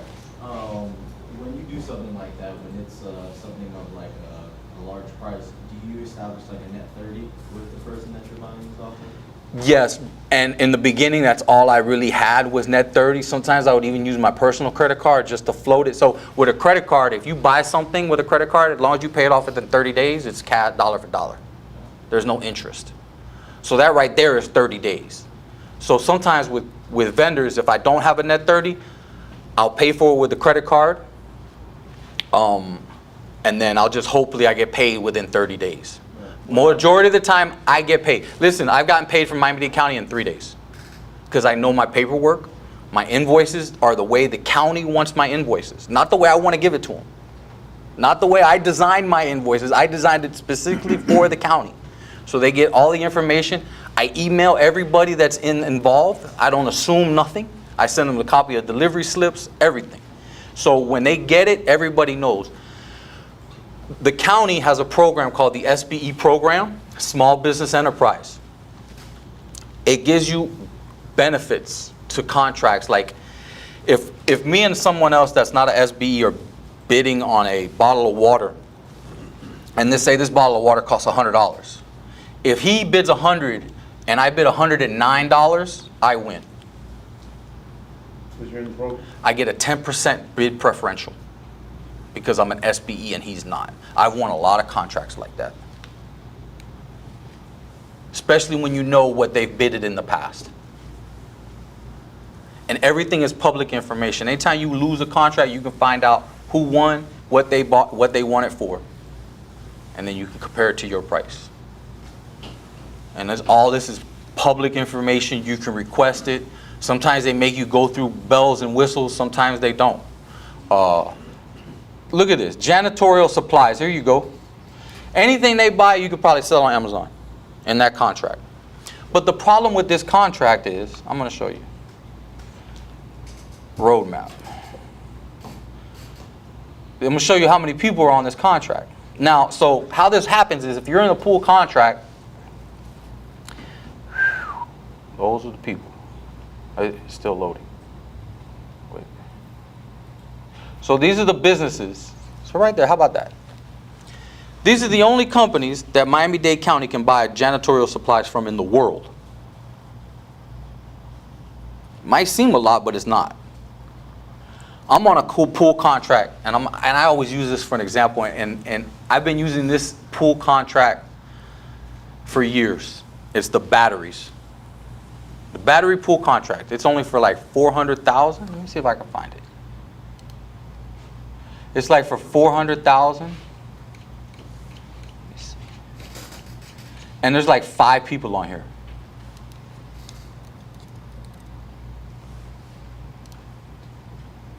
No.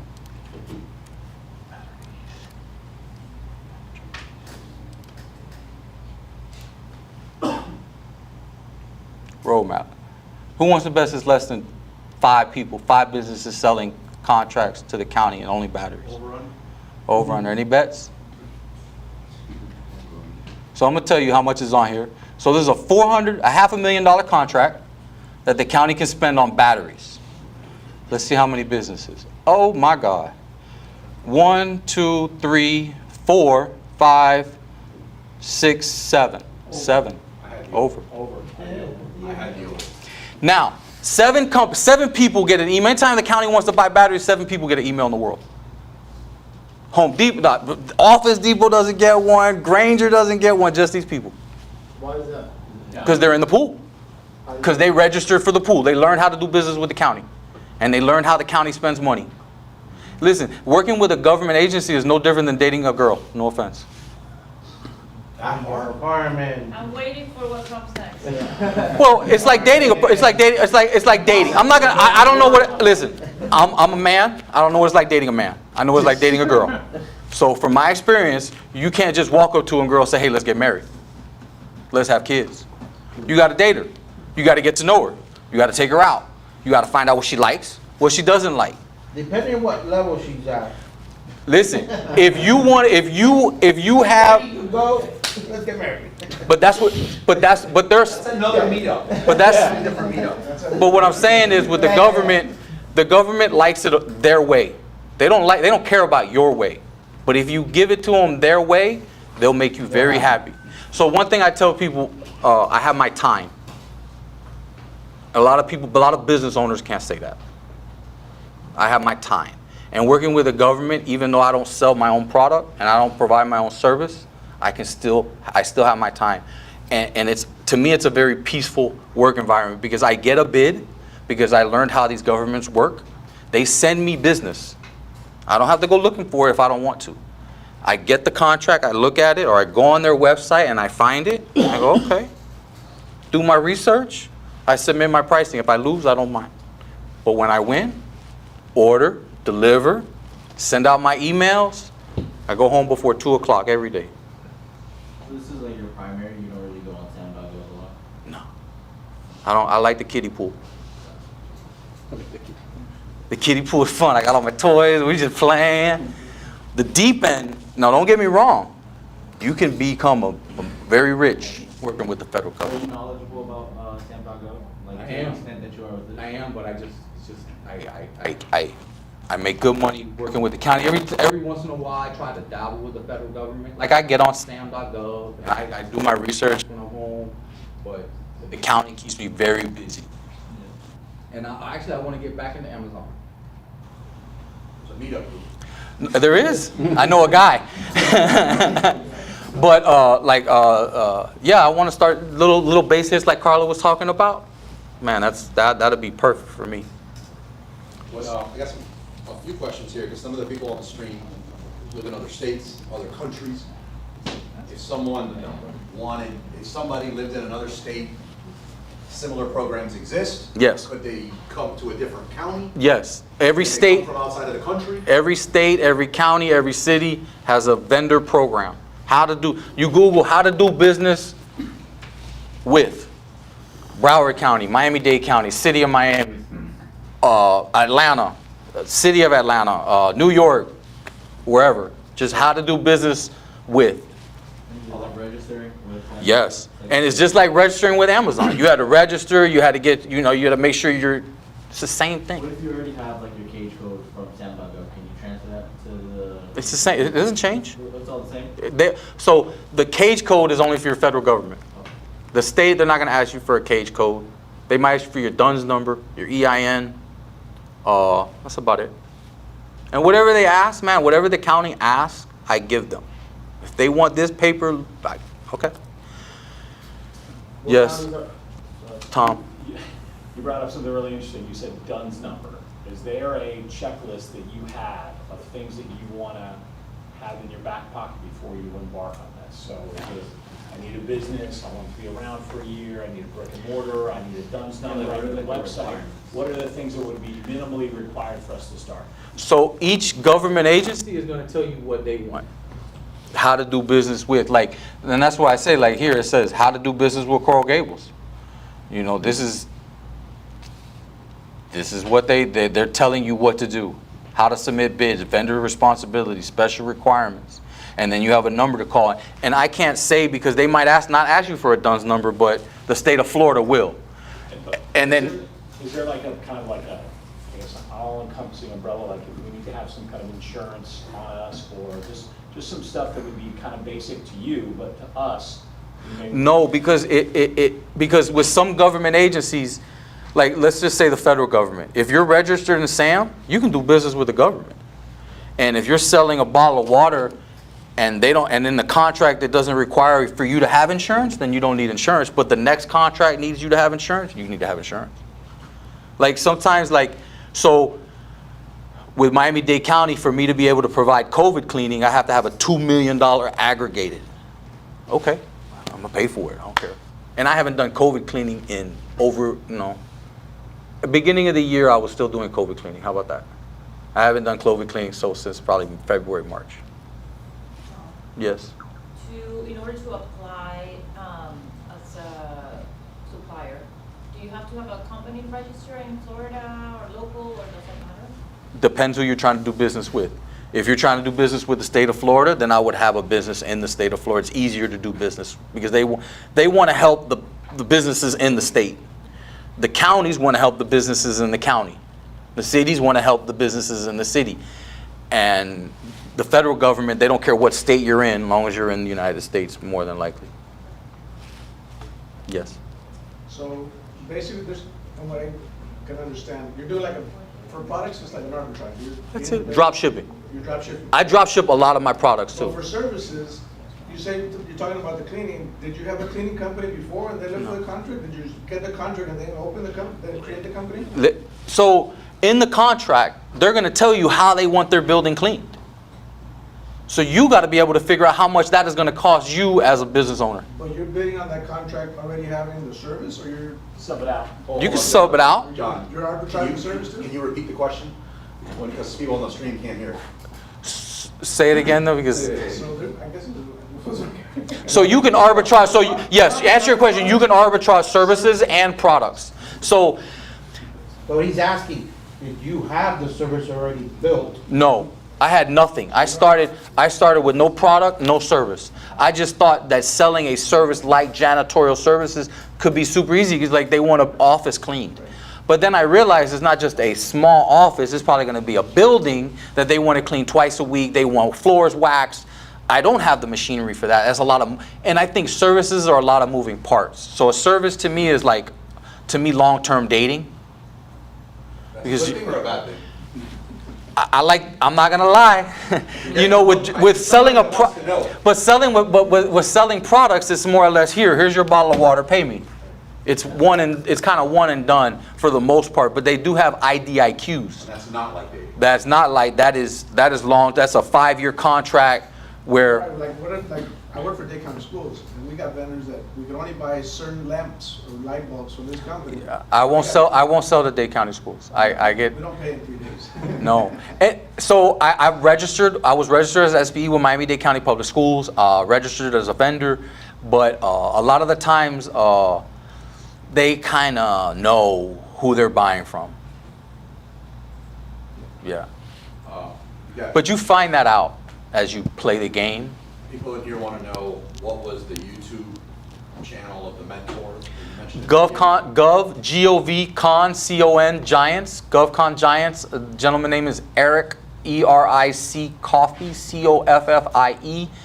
He has an event coming up, I think in November at the end of the year. It's going to be in Miami. But man, some of his older videos, like 2016, 17, those are priceless about working with the federal. He only works with the federal government. He doesn't do anything with the state or with local municipalities. Go ahead, Carlos. The other one is, do you offer it as a service to teach other people how to do it? No. Tom's trying to talk me into it, but I'm. I think you should. I told him he should say half. Just help you with the contract. No risk on the table for him. Just take half. So also, Six bits, whatever. John, Eric, real quick, Eric, when I originally met Eric, he was a consultant. He would consult people. So he always talked, Eric always says, if you make someone rich, if you help someone become rich, they will make you rich. So if you can get a business owner, and a lot of construction companies, plumbing companies, air conditioning companies, all they know is work. They know how to put in air conditioning. They might know how to run their business, but they know how to put in air conditioning. They can do that.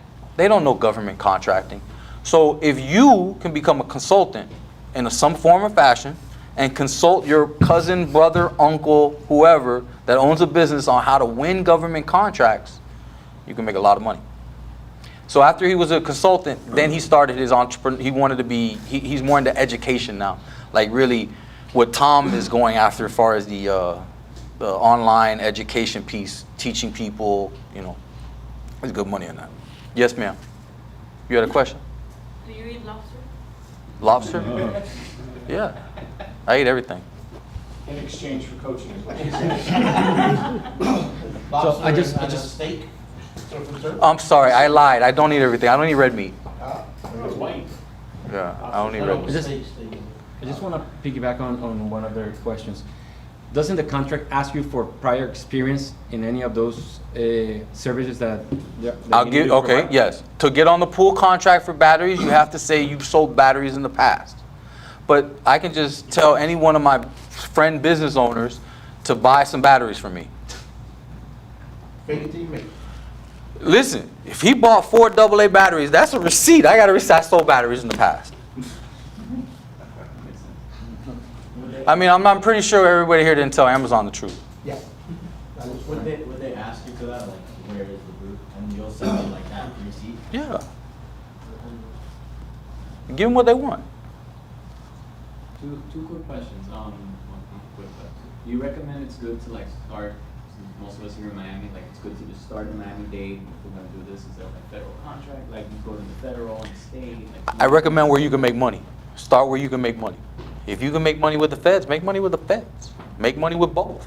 Because everybody's a little bit different. Like right now, I go back to batteries, man. The Department of Energy buys a lot of batteries. And it's not just AA, AAA batteries. We're talking batteries for jets, batteries for rockets, batteries for everything.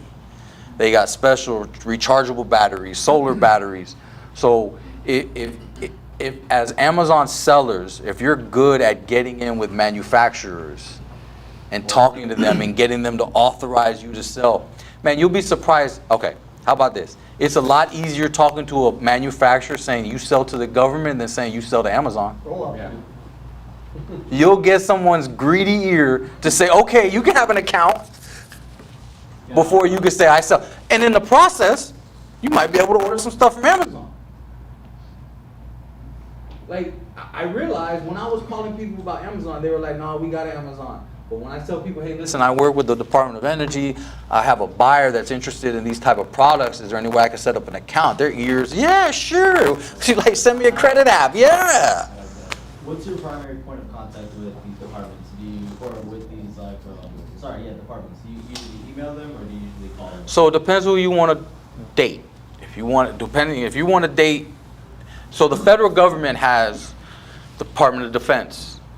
They have, so let me say this real quick. They have a thing called GSA. So the GSA is the Amazon for the federal government. If I can pull it up. Let me see if I can pull it up. So this is basically a website that the federal government goes to, and they can buy whatever they want to buy without putting out a contract. So you set up your product page, you sell AA batteries, you have your price, you have the picture, you have all the specs that they want, and an agency person, a purchasing officer can just go there and buy 10,000 batteries without putting out a contract. So the GSA is like, now, this is harder than selling something to Sam.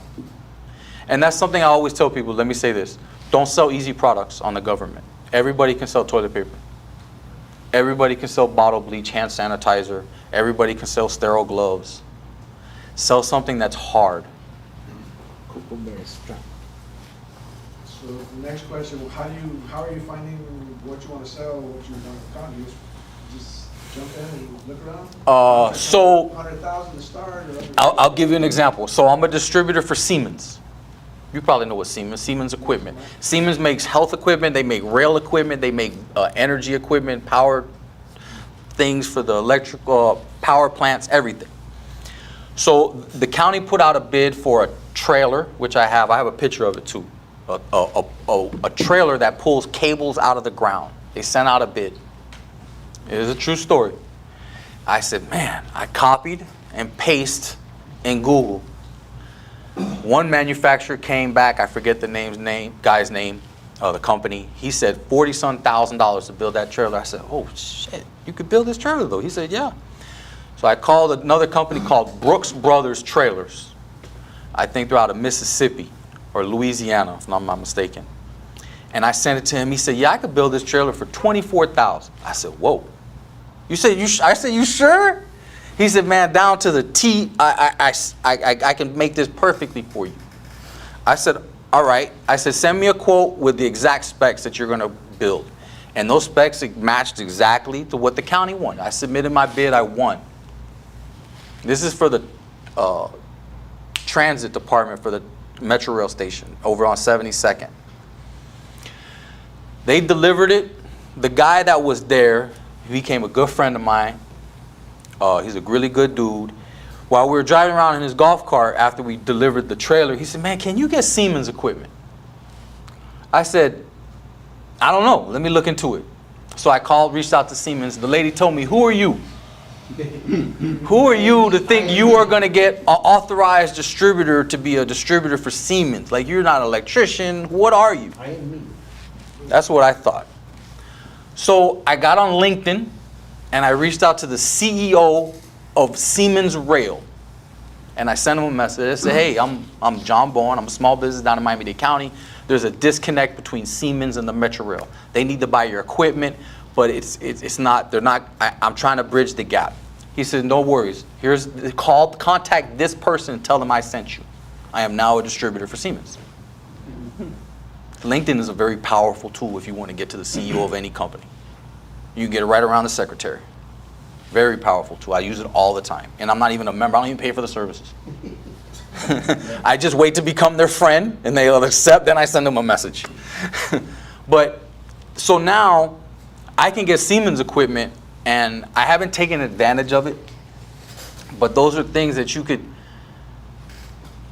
just become a distributor, the harder. It's hard to become a Siemens distributor.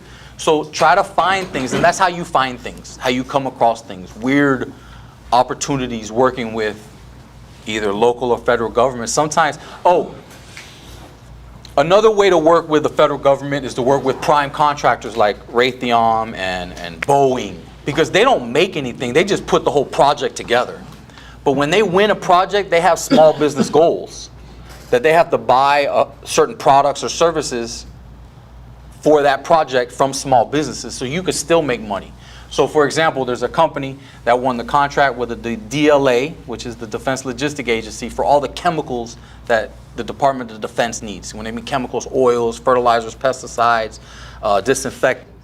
So I became a vendor with them, and because I'm a small business, I'm a hub zone, it gives them an incentive to try to work with me on certain things. So like the other day, they sent me a PO for some road salt bag, some type of road salt, not salt for something. But I bought it from a vendor, Site One, and just had them deliver it. Easy money. You have to make a new proposal for each thing that you're trying to No. sell. So right now it's service-based contracts are a lot more proposal written, because you have to it's off points and things, but product is cheapest product, lowest responsible bidder. So like if you're gonna send in an email for you selling some waters, you would just send like you have your introductory. No. No. No, because there's a contract that goes out that you have to. Is Sam still up? No, it's not up. Yeah, it's not up. I don't want to log in. So they'll send you a contract, and you just have to fill out the contract and send it back in. Oh, like in the PDF. Yeah. Oh, okay. Yeah, and if it's for a product, all you gotta do is put the price. The RFQ, right? Yeah, request for quote, IFQ invitation, ITQ invitation to quote. So they do have a lot of acronyms that you have to learn. So it is kind of a new language, but man, as business owners, like I can't recommend enough. If you can do both, do both. You can make a lot of money. Are all government contracts awarded based on lowest bid, or? Most of the time. And you don't really know what the bids are, right? They tell you what kind of, like, The range? responsive, sometimes it'll be quickest deliverable. Who can deliver quicker? But you better deliver on that date, you have a problem. Also, if you're gonna go and bid on a certain contract, would it be better for you to have that NAICS code incorporated in your business? Because I know you have to. Oh, that's a great thing. You have to put a NAICS code. Put as many NAICS codes as you want. And what is that? A NAICS code is, so the government doesn't look at a service or product by its name, they look at it as a code. Each service and product has its own code, so like, So like batteries have a code, or Mhm. toilet paper, it doesn't say toilet paper, it say like 1, 2, 3, 4, 5. so NAICS codes, Northern American Industrial Classification System, and then you got the codes. So like, does it pull it up? Okay, so like for manufacturing,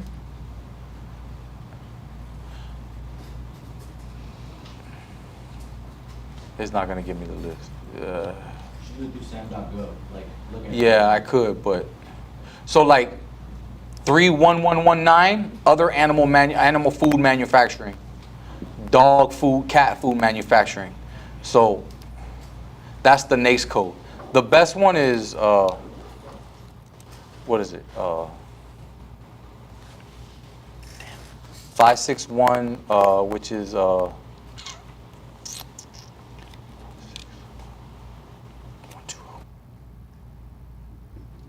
Facility support. that should always be one of your NAICS codes. And that is the biggest far as when they classify you as a small business.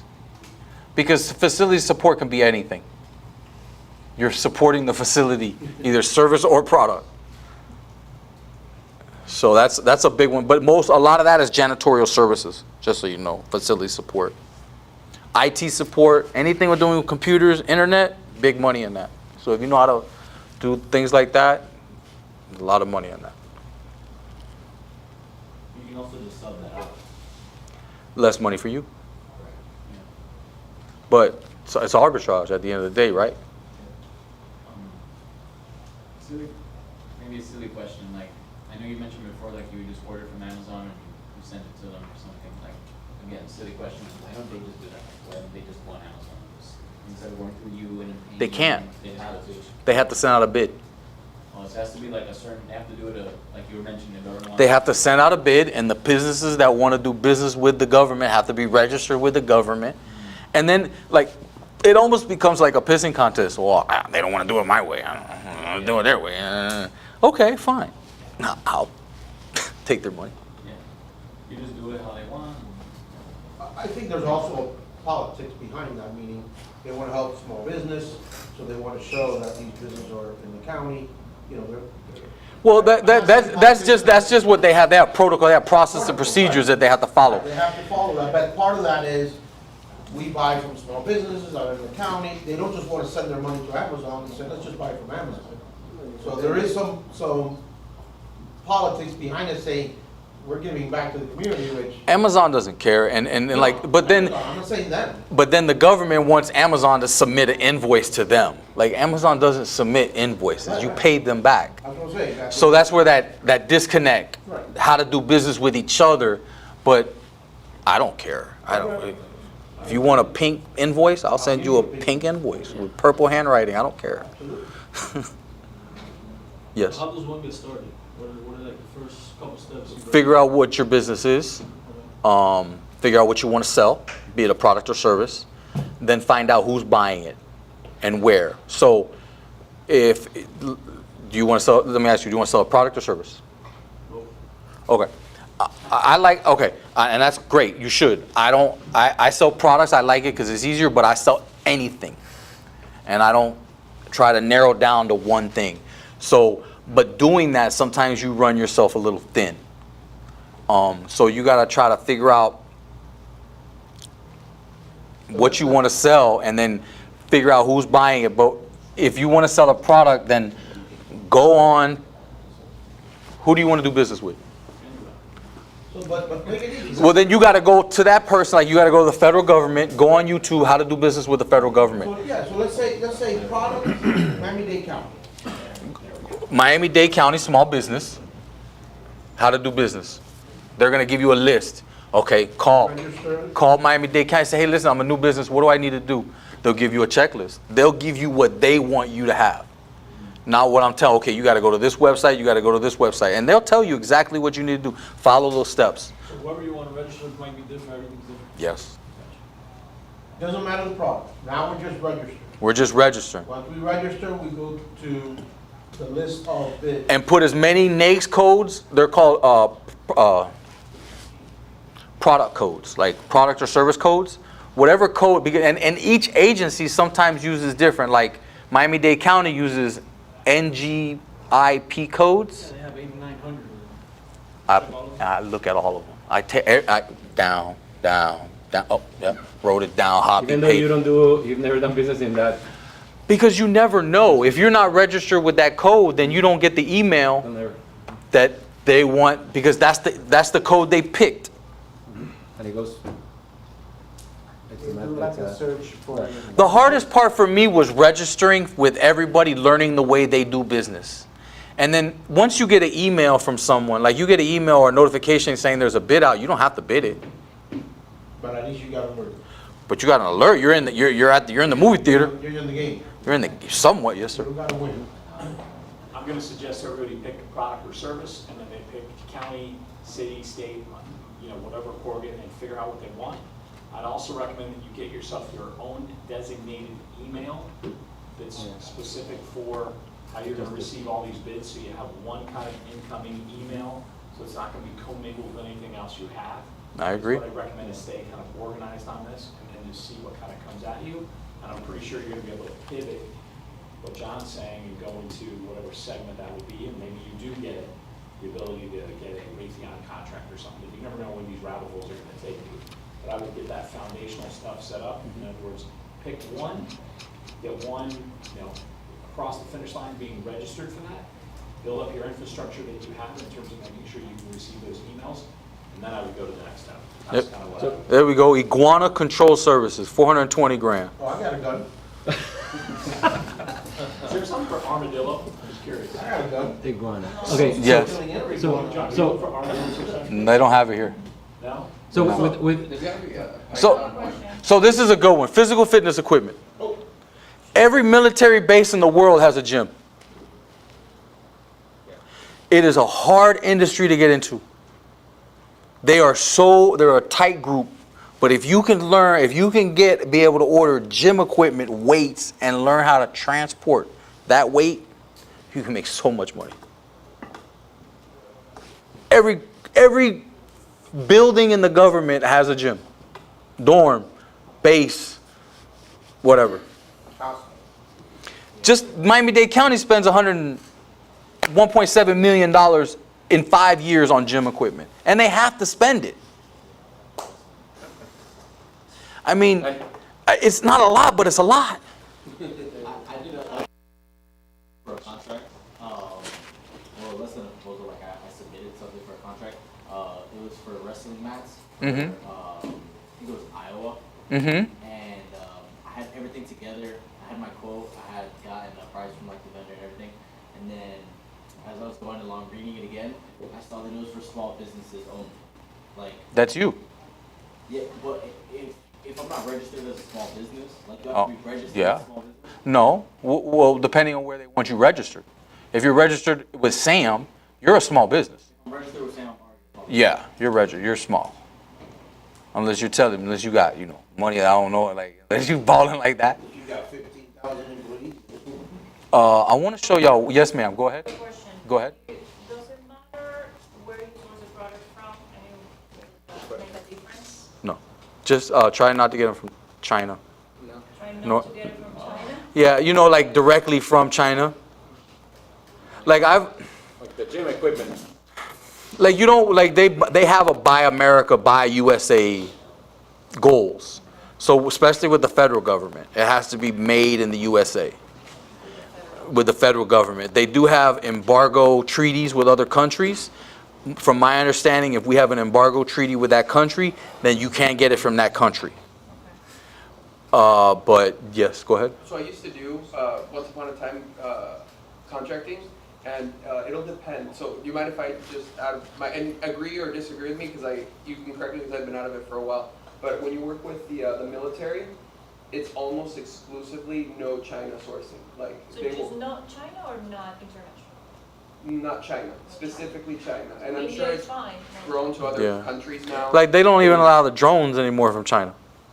Yeah, they're very particular, and they'll make you sign documents once you're awarded, a contract or a micro purchase that you're doing with them. Kind of like signing your life away to ensure that you are not going to supply Chinese. But if they want a product, and they want that product, and it was made in China, then they want that product though. Yeah, but if they ask for it. Yeah, like if they want a like Duracell battery, and it was I don't know where it's made, but if they want they put a name, no substitutes. And sometimes when they bid out contracts, they can put a product and they say equal to. That means you could offer something that's not that, but equal to whatever that is. So you can sometimes offer other products. Tom, what was the guy the other day? He was talking about IT consulting in the meeting Friday. Yeah. 68 million. Right there. It doesn't show it, does it? Yep. Yeah, 68 million. That was Ricky. Mm-hmm.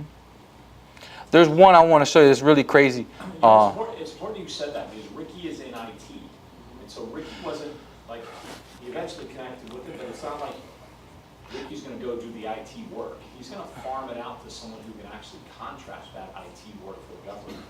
So even though he's into IT, we probably understand the verbiage better than we would, right? Like I want a 62 whatever router or something like that. He'd understand that, which would make it easier for him. So if there's a skill set that you have that maybe that's an industry you want to focus on just because you would understand the jargon, whereas I wouldn't understand that. Who would have thought Dade County spends 10 million in work gloves?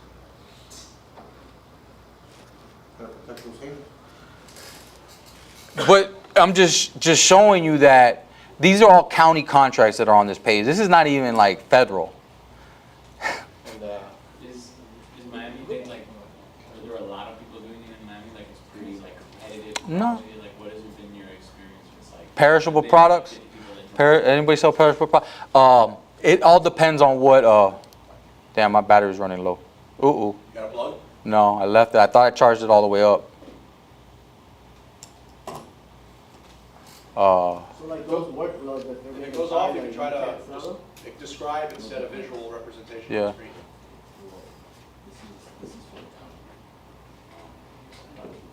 And going back, kind of piggyback on Tom's question. Dell? So, Dell? The little one?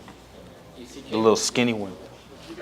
if they, so you give them a, let's say your do they ask you for a website address? Sometimes, yeah. So let's say you're. I have a website. Yeah. And in your website you put in janitorial business. No. Look, I'll show you. Have some spam on. Just wonder how can you create like a very generic website that. Just a company website. Yeah, company website. We do everything. No, that's not it.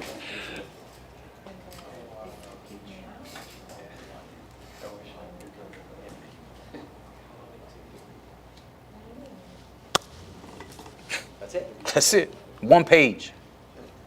That's yours? Yeah.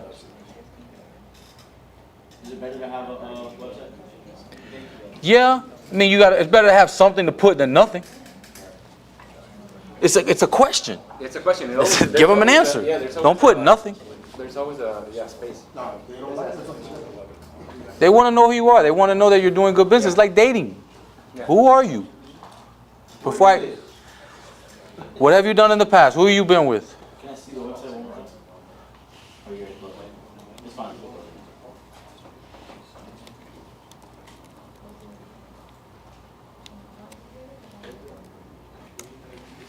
Man, I designed this on GoDaddy myself. Just 100% myself.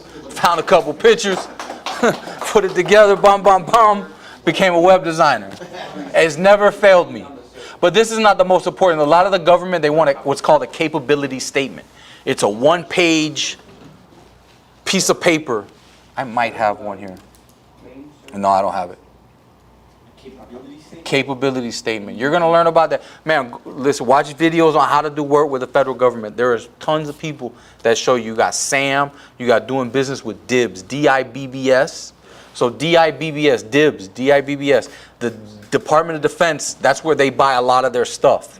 It's a lot harder to sell things on DIBS, but they sell and buy everything. Bug spray, batteries, everything, ice, road salt, services.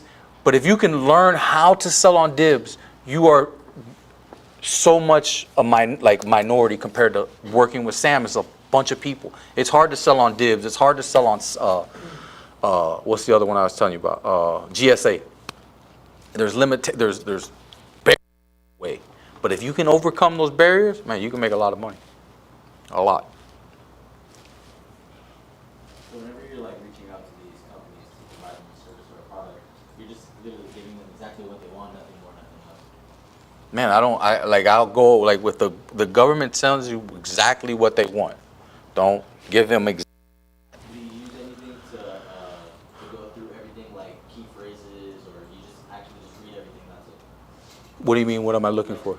Like a specific like keywords or anything like. So that's going to be your search. So you need to find out. So you need to find out what government agencies are buying what, and they bought it. If they bought it in the past, they're going to buy it in the future. So if you're selling bottles of water, who buys bottles of water? So you could do your research, and then you can see, okay, oh, damn, NASA been buying water from this one company for the last 3-4 years. Maybe I can get in. Or, man, it's been these two companies over and over. You can see who's winning. And then you can...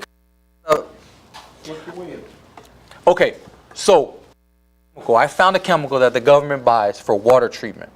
And I saw that they were buying it from this one company that's a small business. He's not a vet, he's just a small business. And I was like, man, let me see if I can. So I found another manufacturer that makes that product. And I was like, listen, we can make some money. This is the opportunity. This is the company that's been winning it. Do you think you can beat these numbers? I sent him all the information. He's like, yeah, we could probably beat them. I said, beat them and I can still make a little profit? He's like, yeah. Waiting for this contract to come out in February. That's how you got to wait. Because if you're on SAM and you got 2 weeks, I hate scrambling. Dead on arrival. A generator contract with, or I see something for. Is your conversation something like, I'm Johnny down in Miami? So I had that conversation with Generac, actually. Generac says, no, we have distributors for each area of the United States. So they have distributors. Okay. So now you can either, one, try to work with that distributor or go look for another product. Okay. Now the chemical guy, did you mention the word, hey, I've got an opportunity to get a government contract in Miami-Dade County? Say I came across a contract for this chemical with, I think it's the Department, no, it's the Department of, yeah, but it's wastewater, but it was like a water plant, so I think it's the Department of Defense, but it's somewhere like that. And I was like, this is the chemical they're looking for. Are you any way involved? Are you selling it to them? No. I said, well, there's this company that's selling it to them. Do you think we can work together to maybe win this bid? And I sent them how much they've been bidding, how much the product's been selling for the last 3-4 years, the contracts that have been won. I said, this is what it kind of is. You think we can work together? And we'll hopefully work together. Have you ever been like backdoored by any of these people that you go to? Like, hey, like, I'm trying to fulfill this contract. And they're like, yeah, we'll help you out. And then they're like, they do it themselves. Maybe. I don't care. It's just life. They would have to be registered. Yeah, but sometimes, so no, most of the time if they're bidding on it, they'll tell you, no, we're bidding this bid. They'll just tell, they don't even waste their time. Because you're wasting time by just playing along. My time is money. Does your responsibility end when the contract is satisfied? What about returns, warranties, repairs? For most part, it doesn't break. The warranties are never called. How many times you call a warranty? But when it does, I call the manufacturer. I had a pump blow up the other day at Miami-Dade Water and Sewer. I called the manufacturer. They said, I drop it off. I went and picked up the pump, dropped it off to the man. They were local, and they fixed it, and they gave me a replacement. Also, that's like your job, like you can't pass it on to the company, be like, hey. I don't want to. Yeah. I don't want them talking. That's my customer. Gotcha. It's a relationship. You don't want other men talking to your women. I want to know if does government buy food or consumables? You might have mentioned it. I just have a... Yes, they buy everything. The government does not make any food. Everything. The food that the inmates eat, they bought it. The food that the elephants and tigers eat, they bought it. The food that they eat, they bought it. Everything. Corrections has one of the biggest warehouses out of all the Dade County agencies. I mean, it is huge right here in Doral off of 104, 107. Huge warehouse. It's huge. Do you work with them? Because that's like something that's always going to be having to be reordered, right? Well, they ordered some batteries. I dropped off 2 pallets of batteries. So, Corrections. I heard they have a deal with... That's like dear to my heart. something. So like Aramark or something like that would have done it through the contracts? Aramark does a lot of clothes. They do like the sheets, the linens, the uniforms. But you can get that if you have a linen cleaning service. You can get that contract if you outbid Aramark. It's all about outbidding, and you can see what they did last year. You can see what they bid. Yes, sir. So John, weren't you telling me that if it's a Miami-Dade contract, some of these national companies can only get 80% of the bid? They can only get 80% of it? No. It has to go to a local No. So they have to, but if small businesses don't bid, then it does go to the next. It will go to the bigger companies. You're right, but if a small business had bid on it, it would have to go to the small business in that county? Is that kind of how it works? If the price, if the county has small business measures and that measure didn't bring the price lower than what the big business, then yeah, the big business will win it. Okay. They're not going to just spend money for the sake of spending. I got it. I didn't know whether a small business took over. But they will spend money, and I'll give you an example. Miami-Dade County Transit wanted to buy some railroad spikes. So these spikes, they wanted to buy a few thousand of them. I reached out to the manufacturer. I got a quote. But Miami-Dade County wanted a letter from the manufacturer saying that I'm an authorized distributor. Doesn't that sound like being ungated? Yeah. All right. Now, I've never done business with this company, but they wanted a letter saying that I've done business. Even though I got my quote from the manufacturer from those railroad spikes, the county wouldn't accept my bid, which was for $30,000. They gave it to the next lowest bidder. It was $20,000 more expensive. Because I couldn't produce a letter saying that I was an authorized manufacturer, even though I got my bid, which I was willing to show them, from the manufacturer. They still wouldn't accept it. So they spent another down payment on a house just because. And the manufacturer didn't want to give you the letter? They don't know me. We've never done business. They can't authorize. They don't know who are you. Buy the spikes, pay for them, let's do business, then maybe we can get an authorization letter. So at that point, you couldn't just buy like a smaller quantity of those spikes? I'm not jumping out there like that. What am I gonna do with the spikes if they I don't. Laws to be able to take the I mean, you could do that. That's what we do with Amazon. Hey, I like sleeping at night. I have a very peaceful sleep pattern, man. I don't worry about nothing. So I don't take chances. I don't play with my money. As soon as if I'm net 30, as soon as I get paid, I pay my net 30. As soon as my credit card is due, I pay. I try to clear off all my balances. It's a credit. I'm very particular about credit, and having good credit is so important in my business and in Amazon. It is like, man, I've ordered $250,000 worth of stuff from a company because I had good credit. Like if I didn't have credit, I couldn't have ordered that. And I wouldn't have won. And I wouldn't have been able to make the money. So yeah, it's credit. Good credit. Yes, sir. I saw someone's hand, but go ahead. I got here late, but I wasn't sure if you had talked about micro purchases or if you do them yourself. So micro purchase, like with the federal government, anything under $250,000. Yeah. Yeah. Did you? I talked about it, but I didn't really go into detail. I just letting people know anything under $250,000 is a small business. But if a small business doesn't bid it, then it will go to a large business. It doesn't have to stay small business. They're just giving you an opportunity to bid it. A lot of the times, there's a lot of people out there doing this, but there's not a lot. What's the smallest bid you've seen in all the time that you've $50, I bid on $50. Oh, yeah? Yeah.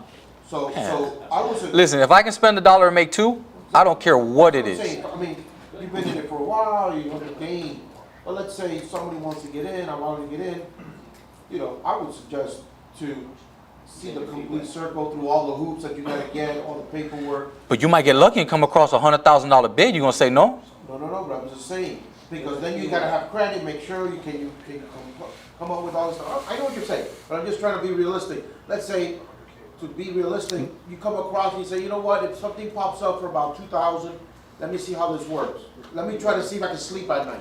That's fine. Yeah, you don't. No, do what you can, but make money. That's all. No. Every time you make money. Now, And scared money doesn't make. you get that taste at 2,000 and you made $700, you better believe you're gonna go to 100 grand.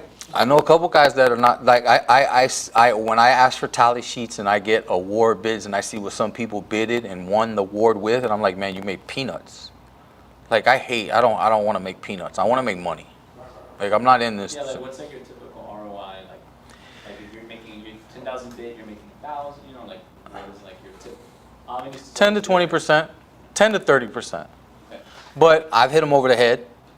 200%, because I knew no one else was going to bid this, and I know how hard this was. And that's another thing. Like when I look at a bid, I look at a product. It's like, okay, how hard is it to get this product? Do you got to be an authorized distributor? Can anybody get this? Is this product obsolete? And the county or the government doesn't even know it's obsolete. So now I got to come back and give them the new product. Who else is doing this work? So you saw 7 people on that battery contract. There's only 3 of us that bid on everything. The other 4, you never see them bid. So there's 3 people bidding on batteries for the county of Miami-Dade County. I love that. I hate telling this story because I know one day there's going to be a bunch of people just get on there. But yeah. John, Yes. asking for a friend. Uh-huh. He wants to know how to apply for the vendor portal. Is there, and you said there's multiple, there's city, there's county. There's city, county. So it's like City of Miami has their own vendor. City of Miami and Miami-Dade County are 2 different places. So you got City of Miami, you got Homestead, you got Coral Gables, those are all states. Then you got Miami-Dade County. Then you got the state of Florida. Right. And then you got the feds. So then let's say I'm already a vendor for City of Miami, I would be able to go in there and see That is a good old boy system too. City of Miami, they know who they're working with. That was gonna be another question. Have you gone to like smaller towns, smaller? Yes, I've tried working with like the cities in Broward. Lewiston. No, I haven't gone that far. So they have programs, but they also have businesses in their towns. Yeah, but they're such a small town. Listen, this, I know there's opportunities, yes, Yeah. but I haven't done it. Because I go up there a lot, and I know that just even the small If business you go up there a lot, you should inquire about how to do business with them. Yeah, because like the small business, sometimes they ask people like down here, like in Miami, like, hey, well, don't you know anybody that does this or sells this? Because it's just a small town, you know? 100%. Usually you have to have a business in that county or city to be able to get, that's part of the And deal. also be able to transport whatever you're selling to that city in that small town. That's usually the case, right? You have to have a business there. No, you don't have to. Well, usually that's the case. It's easier to do business with it's easier to do business with that government agency if you're within their district. PO boxes don't count. Jurisdiction. Thank you. Yeah, but if you offer a product that nobody, PO boxes don't count. I mean, if it counts, if it works, who cares? if you have a product that nobody else is offering in the area, then they're gonna take it. So I think, sure, if you have a business register there, it's great, but that shouldn't be a reason not to register. I mean, I'm registered in my California. I don't care. It's what I have right now. You're registering in California? No, I have a business in California, so I'm using that right now to register. If it doesn't work, I'll register something else. Any other questions?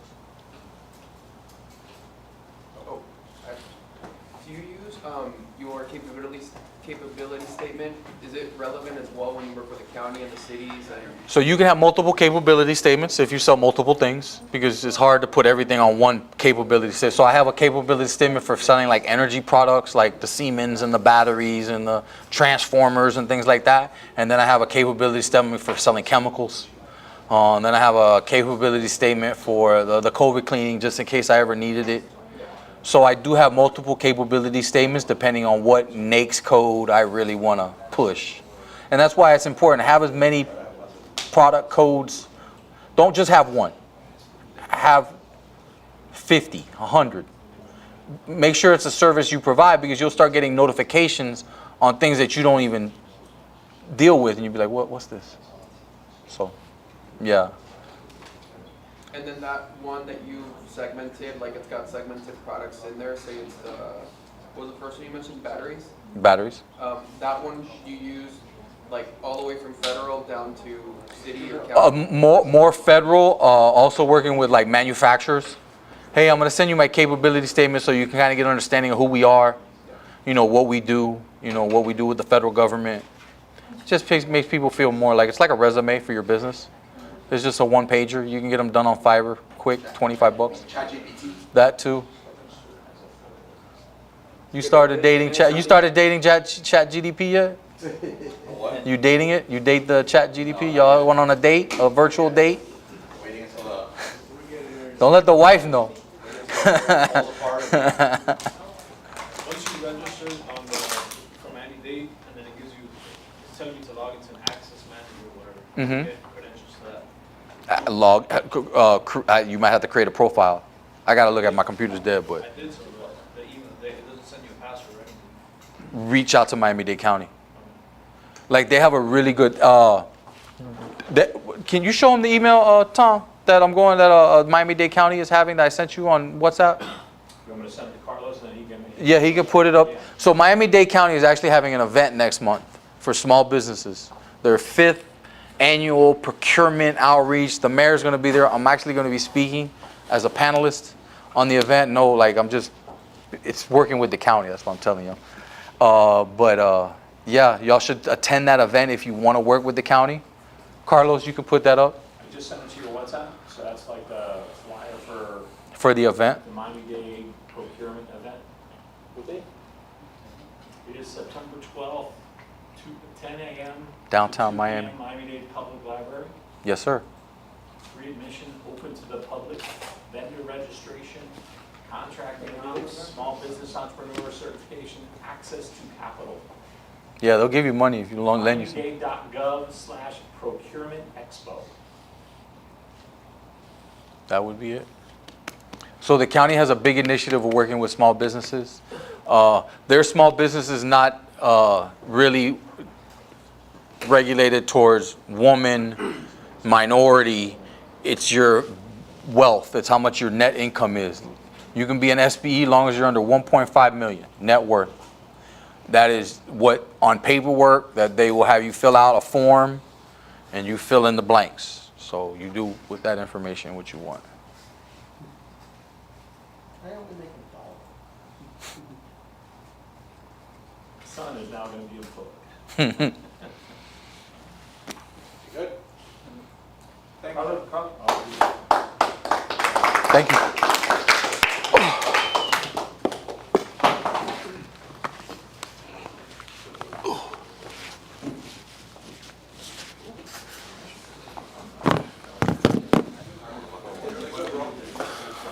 Thank you. It's like riding a bike.